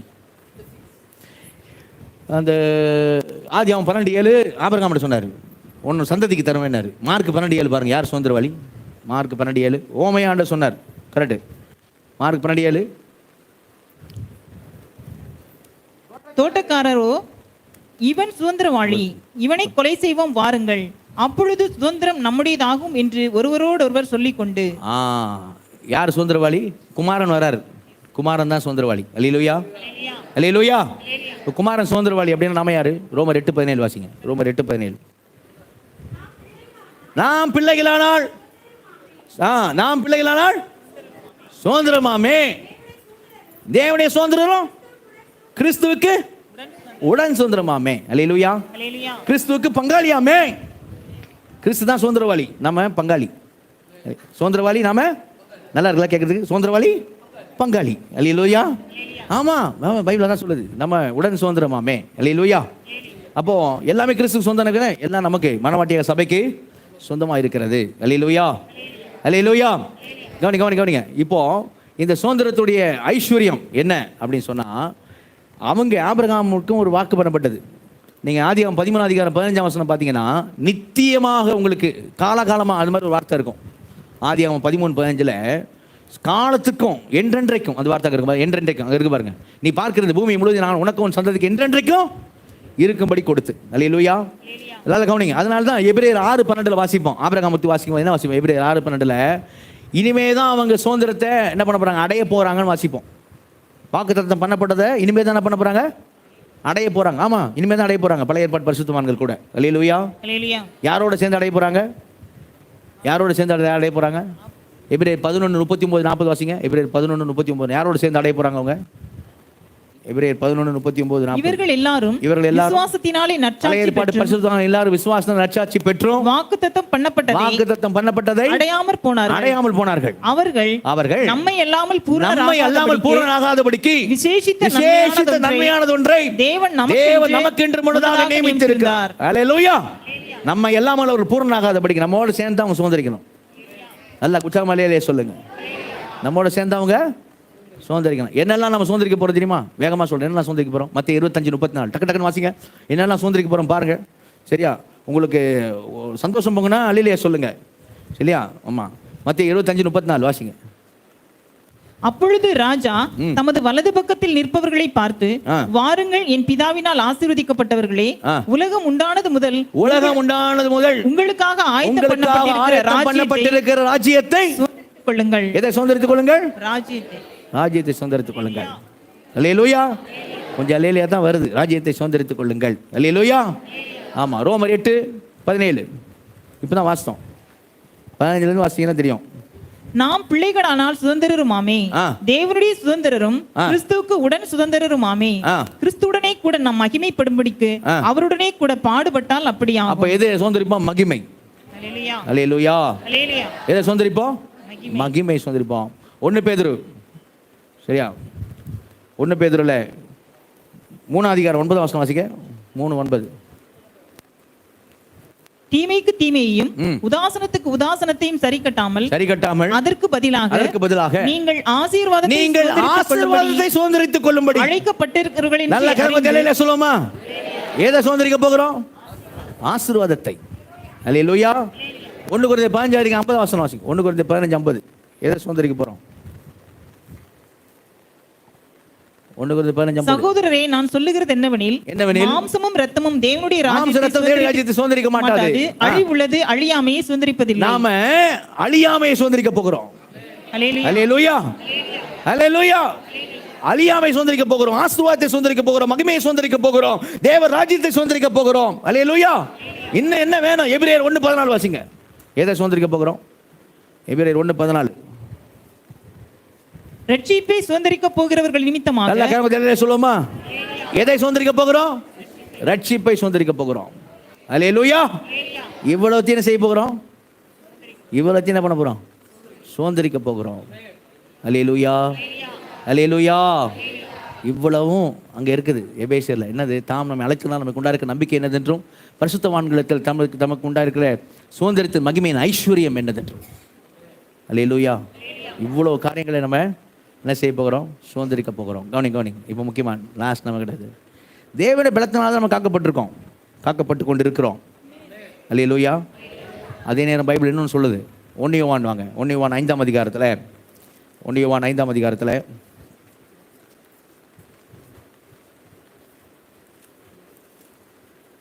18 வசனம் வாசிங்க. தேவனால் பிறந்த எவனும் பாவம் செய்யான் என்று அறிந்திருக்கிறோம். தேவனால் பிறந்த எவனும் பாவம் செய்யான் என்று அறிந்திருக்கிறோம். தேவனால் பிறந்தவன் தன்னை காக்கிறான், பொல்லாங்கன் அவனை தொடான். தேவனால் பிறந்தவன், தேவனால் பிறந்தவன் தன்னை, பிதாவாகிய தேவன் நம்மை காக்கிறார். அல்லேலூயா. வசனம் சொல்லுது, பரிசுத்தவான் தன்னை என்ன செய்து கொள்ளணும்? காத்து கொள்ளணும். அல்லேலூயா. ரெண்டும் உண்டு, ரெண்டும் அவருடைய பலத்தினால காக்கப்பட்டிருக்க உங்களுக்கு இந்த சுதந்திரம் பரலோகத்தில் வைக்கப்பட்டிருக்கிறது. அல்லேலூயா. ஆமா, அவருடைய பலத்தினாலே காக்கப்பட்டிருக்க உங்களுக்கு. அல்லேலூயா. அப்போ பாருங்க, ஆனால் இது இந்த வசனம் சொல்லுது, நாம என்ன செய்யணும்? பரிசுத்தவான் தன்னை என்ன செய்யறான்? சுத்தமானாய் காத்துக்கொள்கிறான். அல்லேலூயா. ஆமாம், நம்ம ஃபேமிலிக்கெல்லாம் ஜெபம் பண்ணணும். ஏன் தெரியுமா? கணவன் மனைவியாக இணைந்து தான் சுதந்திரிக்கணும். ஒரு வழியிலே சொல்லுங்களேன். கணவன் மனைவியை இணைந்து எதை சுதந்திரிக்கணும்? 1 பேதுரு 3ஆம் அதிகாரம் 7ஆம் வசனம் வாசிங்க. 1 பேதுரு 3ஆம் அதிகாரம் 7ஆவது வசனம். அந்தபடி புருஷர்களே மனைவியானவள் பலவீன பாண்டமாய் இருக்கிறபடியால் உங்கள் ஜெபங்களுக்கு தடை வராதபடிக்கு. டக்குன்னு அழுதுருவா, அதான் பலவீன பாண்டம். சரியா? பலவீன பாண்டமாய் இருக்கிறபடியால் உங்கள் ஜெபங்களுக்கு தடை வராதபடிக்கு நீங்கள் விவேகத்தோடு அவர்களுடனே வாழ்ந்து உங்களுடனே கூட அவர்களும் நித்திய ஜீவனாகிய கிருபையை சுதந்தரித்துக் கொள்ள ஆனபடியினால் அவர்களுக்கு செய்ய வேண்டிய கணத்தை செய்யுங்கள். ஆமா, போடி நரகத்துக்கு அப்படின்னு சொல்லக்கூடாது இல்லையா? போயா, நீ யாவது பரலோகம் வர போதா? நீ நானும் பரலோகம் வந்தா பரலோகமாக இருக்குமா? ஆடா பாவி. பைபிள் சொல்லுது, இருவரும் இணைந்து கிருபையை சுதந்திரிக்கும். அல்லேலூயா. அதுக்கு தான் ஜெபத்துக்கெல்லாம் பதில் தரார். கனவு தெரியல சொல்லுவோமா? இன்னைக்கு பார்த்த 2 சாட்சியும் ஜெபத்துக்கு சாட்சி தான். ஒரு சாட்சி மனைவியின் ஜெபம், எல்லாம் கனவு தெரியல சொல்லுவோமா? அதை சொல்ல வந்த சாட்சி அம்மாவின் ஜெபம், விசாலோட அவங்க தாயோட ஜெபம். அல்லேலூயா. ஜெபத்துக்காண்டு பதில் தரார். 2 சாட்சி இன்னைக்கு உண்மை. 2 கண்ணால் பார்த்துருக்கோம். அல்லேலூயா. 2 காதால் கேட்டிருக்கோம். அல்லேலூயா. அதான் ஃபேமிலியாக என்ன செய்யணும்? கிருபை சொந்த. யாரையும் ஃபேமிலியில் விட்டுறக்கூடாதுங்க. யாரையும் ஃபேமிலியில் விட்டுறக்கூடாது. ஃபேமிலி ரசிக்கப்படாதுங்களுக்காக ஜெபம் பண்ணணும், ப்ரேயர் பண்ணணும். என் குடும்பத்துக்காக ஜெபம் பண்ணுங்க. என் ஃபேமிலியில் என் மனைவி பிள்ளைங்க நாங்கள் ஆண்டவருக்குள்ளே இருக்கிறோம். என்னுடைய கூட பிறந்த சகோதரன், அண்ணன், தம்பி, தங்கச்சி, என் மனைவி கூட பிறந்தவர்கள். சரியா? அவங்கள எங்கெங்கே தான் நான் இந்த சத்தியத்தை போய் ரஜிஸ்டருடைய சொந்தக்காரங்களுக்கு அண்ணா நகர் ஈஸ்ட்டில் போய் சொன்னேன். ஆர்சி ஃபேமிலி தான், 5 பெண் பிள்ளைங்க, ஒரு பிள்ளை அதுக்கு சிலுவப்பாதைக்கு போயிட்டா, 4 பேர் சொன்னேன். இன்றைக்கி நான் அந்த 5 பிள்ளைங்களும் இன்றைக்கி சபைக்கு போதும். அல்லேலூயா. ஆர்சி மகள் சின்ன குரூப்பில் வச்சு சொன்ன கேட்டாங்க. அவங்க அம்மாவும் பிடிவாதமாக நின்னா கூட பிள்ளைங்க இன்றைக்கி சபைக்கு போய்ட்டுருக்கு. ஒவ்வொரு வாரமும் சனிக்கிழமை நான் பேசுகிறேன், பாஸ்டர் நாளைக்கு போய்டுவோம் பாஸ்டர் அப்படின்னு சொல்லி போய்ட்டுருக்கு. அல்லேலூயா. சந்தோஷமாக இருக்குது. எங்கெங்கே தான் ஆட்கள்லாம் போகிறாங்க. சரியா? நம்ம ஆட்கள் தான் கடினமாக இருக்கிறாங்க. ஜெபம் பண்ணணும். நம்ம கிருபை சேர்ந்து சுதந்திரிக்கணும். சரி, அப்போ முதல் காரியம், தேவன் நம்மை காக்கிறார். அதே விதத்தில் அவன் தன்னை காக்கிறான். கரங்குத்தில் சொல்லுவோமா? ஆமாம். யார்? பரிசுத்தவான் தன்னை. நமக்கு அவர் அழைப்பினால் என்ன உண்டாயிருக்கிறது? டக்குன்னு சொல்லுங்கள், என்ன உண்டாயிருக்கிறது? நீங்கள் சொல்லணும்னா முதல்ல செய்திக்கு வந்துடுவோம். நான் அவர் அழைப்பினால் நமக்கு என்ன உண்டாயிருக்கிறது? நம்பிக்கை உண்டாயிருக்கிறது. அல்லேலூயா. ஐயோ அப்படின்றாங்க சிலர். முதல்ல செய்தியா? சரி, நம்பிக்கை உண்டா இருக்கிறதுனா அவர் அழைப்பினால் நம்பிக்கை உண்டா இருக்குன்னா இந்த நம்பிக்கை உள்ள எவனும் வாசிங்க. இப்போ 1 யோவான் 3ஆம் அதிகாரம் 1ஆம் வசனம் வாசிங்க. 1 யோவான் 3ஆம் அதிகாரம் 1ஆம் வசனம். சீக்கிரம் முடிக்கலாம். நாம் தேவனுடைய பிள்ளைகள் என்று அழைக்கப்படுவதினாலே பிதாவானவர் நமக்கு பாராட்டின அன்பு எவ்வளவு பெரிதென்று பாருங்கள். நான் இந்த ஒரு இதுக்காக சொல்றேன். இந்த சீட்டு ஏழை விடுவாங்க தெரியுமா? நீங்களாம் போயிருப்பீங்க, பார்த்துருப்பீங்க. நான் எங்கள் அம்மா கூட போய் நின்று பார்த்துருக்கேன். சரியா? முனிமக்கான ஒரு அக்கா நல்லா இங்கிலீஷ் பேசுவோம். நான் சொல்கிறேன் இங்கிலீஷ் வேறு. சரியா? அது இங்கிலீஷ் பேசும். அந்த அக்கா எப்படிமா சொல்லுவோம்? அது சீட்டு போடுங்க, விட போகிறேன், விட்டுருவேன், இப்போ விட்டுருவேன், கேட்கலாம் விட்டுருவேன். அது மாதிரி தான் இப்போ நான் வந்து ஒரு வசனம் முடிச்சிடறேன், 2 வசனம் முடிச்சிடுறேன், அப்படி சொல்கிறேன். ஆனால் உண்மை முடிக்கலாம். முனிமக்கா மாதிரி இல்லை, உண்மையில் முடிஞ்சிடும். அல்லேலூயா. ஆமா, வாசிங்க. நாம் தேவனுடைய பிள்ளைகள் அழைக்கப்படுவதனாலே பிதாவானவர் நமக்கு பாராட்டின அன்பு எவ்வளவு பெரிதென்று பாருங்கள். உலகம் அவரை அறியாதபடினாலே உலகம் அவரை அறியாதபடினாலே நம்மையும் அறியவில்லை. நம்மையும் அறியவில்லை. தொடர்ந்து வாசிங்க. பிரியமானவர்களே, பிரியமானவர்களே, இப்பொழுது தேவனுடைய பிள்ளைகளாய் இருக்கிறோம். இனி எவ்விதமா இருப்போம் என்று இன்னும் வெளிப்படவில்லை. ஆகிலும் அவர் வெளிப்படும் பொழுது அவர் இருக்கிற வண்ணமாகவே நாம் அவரை தரிசிப்பதனால், அவரை இயேசுவை தரிசிப்பதனால் அவருக்கு ஒப்பாய் இருப்போம் என்று அறிந்திருக்கிறோம். அவர் ஹல்லேலூயா, ஹல்லேலூயா, ஹல்லேலூயா, ஹல்லேலூயா. இப்ப அடுத்த வசனம் வாசிங்க. அவர் மேல் இப்படிப்பட்ட நம்பிக்கை வைத்திருக்கிற எவனும் அவர் சுத்தமுள்ளவராய் இருக்கிறது போல தன்னையும் சுத்திகரித்துக் கொள்கிறார். ஹல்லேலூயா. தேவன் காக்கிறார், அவன் தன்னை காக்கிறான். இப்படிப்பட்ட நம்பிக்கை வைத்திருக்கிற எவனும் தன்னை சுத்திகரித்துக் கொள்கிறான். ஹல்லேலூயா. ஆமா, அப்போ நான் சொன்னேன் கவனிங்க, எப்படிப்பட்ட சுதந்திரம்? மகிமையின் ஐஸ்வர்யம், அப்படிப்பட்ட சுதந்திரம். ஹல்லேலூயா. அதான சுதந்திரிக்க போறோம். யாருக்கும் இல்லை, நம்ம யாருக்கு அங்கே போய் யாரும் கொடுக்க போறது இல்லை, நமக்கு தான். ஹல்லேலூயா. அதான் அங்கே பழைய ஏற்பாடு காமிச்ச சீட்டு போட்டு கொடுத்து யாருக்குமே போகக்கூடாதுன்றார். உனக்கு தான்ன்றார். ஹல்லேலூயா. உன்னை விட்டு நினைச்சக்கூடாது, போகக்கூடாதுன்ற அது மாதிரி சுதந்திரத்தை நமக்கு தரப்போறார். ஹல்லேலூயா. அப்போ யார் அந்த மகிமையின் சுதந்திரத்தை, அந்த ஐஸ்வர்யத்தை யார் சுதந்திரிக்க போறா? யாருன்னா வெளிப்படுத்த 21:7 வாசிங்க. யாரு? வெளிப்படுத்த 21:7. ஜெயம் கொள்ளுகிறவன் எல்லாவற்றையும் சுதந்திரித்துக் கொள்ளுவான். நான் அவன் தேவனாய் இருப்பேன், அவன் என் குமாரனாய் இருப்பான். யார் சுதந்திரித்துக் கொள்வான்? ஜெயம் கொள்ளுகிறவன் எல்லாவற்றையும் சுதந்திரித்துக் கொள்வான். அல்லேலூயா. யாருங்க? ஜெயம் கொள்ளுகிறவன். அல்லேலூயா. இப்போ எல்லாத்தையும் என்ன செய்யணும்? நம்ம சுத்தமானாய் காத்துக்கொள்ளணும். இப்படிப்பட்ட நம்பிக்கை வைத்திருக்கிறவன் தன்னை சுத்திகரித்துக் கொள்கிறான். ஜெயம் கொண்ட வாழ்க்கை என்ன செய்யணும்? ஜெயம் கொள்றதுக்கு என்ன சீக்ரெட்? எல்லாவற்றையும் ஜெயம் கொள்றதுக்கு என்ன சீக்ரெட்? ஜபம். சோத்ரம். ரோமர் 8 அதிகாரம் 36 வாசிங்க. கிறிஸ்துவின் அன்பை விட்டு நம்மை பிரிப்பவன் யார்? இதான் கடைசி வசனம். கிறிஸ்துவின் அன்பை விட்டு நம்மை பிரிப்பவன் யார்? உபத்திரவமோ, வியாகுலமோ, துன்பமோ, பசியோ, நிர்வாணமோ, நாசமோ, பட்டயமோ, இவை எல்லாவற்றிலேயும் நாம் நம்மில் அன்பு கூறுகிறவராலே முற்றும் ஜெயம் கொள்ளுகிறவர்களாய் சொல்லுவோமா? அன்பு கூறுகிறவராலே முற்றும் ஜெயம் கொள்ளுகிறவராய் இருக்கிறோமே. அல்லேலூயா. வாசிங்க. மரணமானாலும் ஜீவனானாலும் தேவதூதர்களானாலும் அதிகாரங்களானாலும் வல்லமைகளானாலும் நிகழ்காரியமானாலும் வருங்காரியமானாலும் உயர்வானாலும் தாழ்வானாலும் வேற எந்த சிருஷ்டியானாலும் நம்முடைய கர்த்தராகிய கிறிஸ்து இயேசுவுள்ள தேவனுடைய அன்பை விட்டு நம்மை பிரிக்க மாட்டாதென்று நிச்சயித்திருக்கிறேன். அல்லேலூயா. பாஸ்டர் ஏறிட்டார், முடிச்சிட்டார், அவ்வளவுதான். சோத்ரம். எதனால ஜெயம் கொள்றோம் சொல்லுங்க? எதனால? அன்புனால. அல்லேலூயா. எதனாலங்க? அந்த அன்பு, அதில் மட்டும் குறைபட்டுறக்கூடாது. எலும்பி நிற்போமா? எலும்பி நின்று சரியா என்ன ஆனாலும் சரி ஆண்டவரே, நான் உங்களை பிரியக்கூடாது, என்னை ஒப்பு கொடுக்குற ஆண்டவரேன்னு சொல்லி எலும்பி நின்று ஒப்பு கொடுமா? ஜெபம் பண்ணுமா? எலும்பி நின்று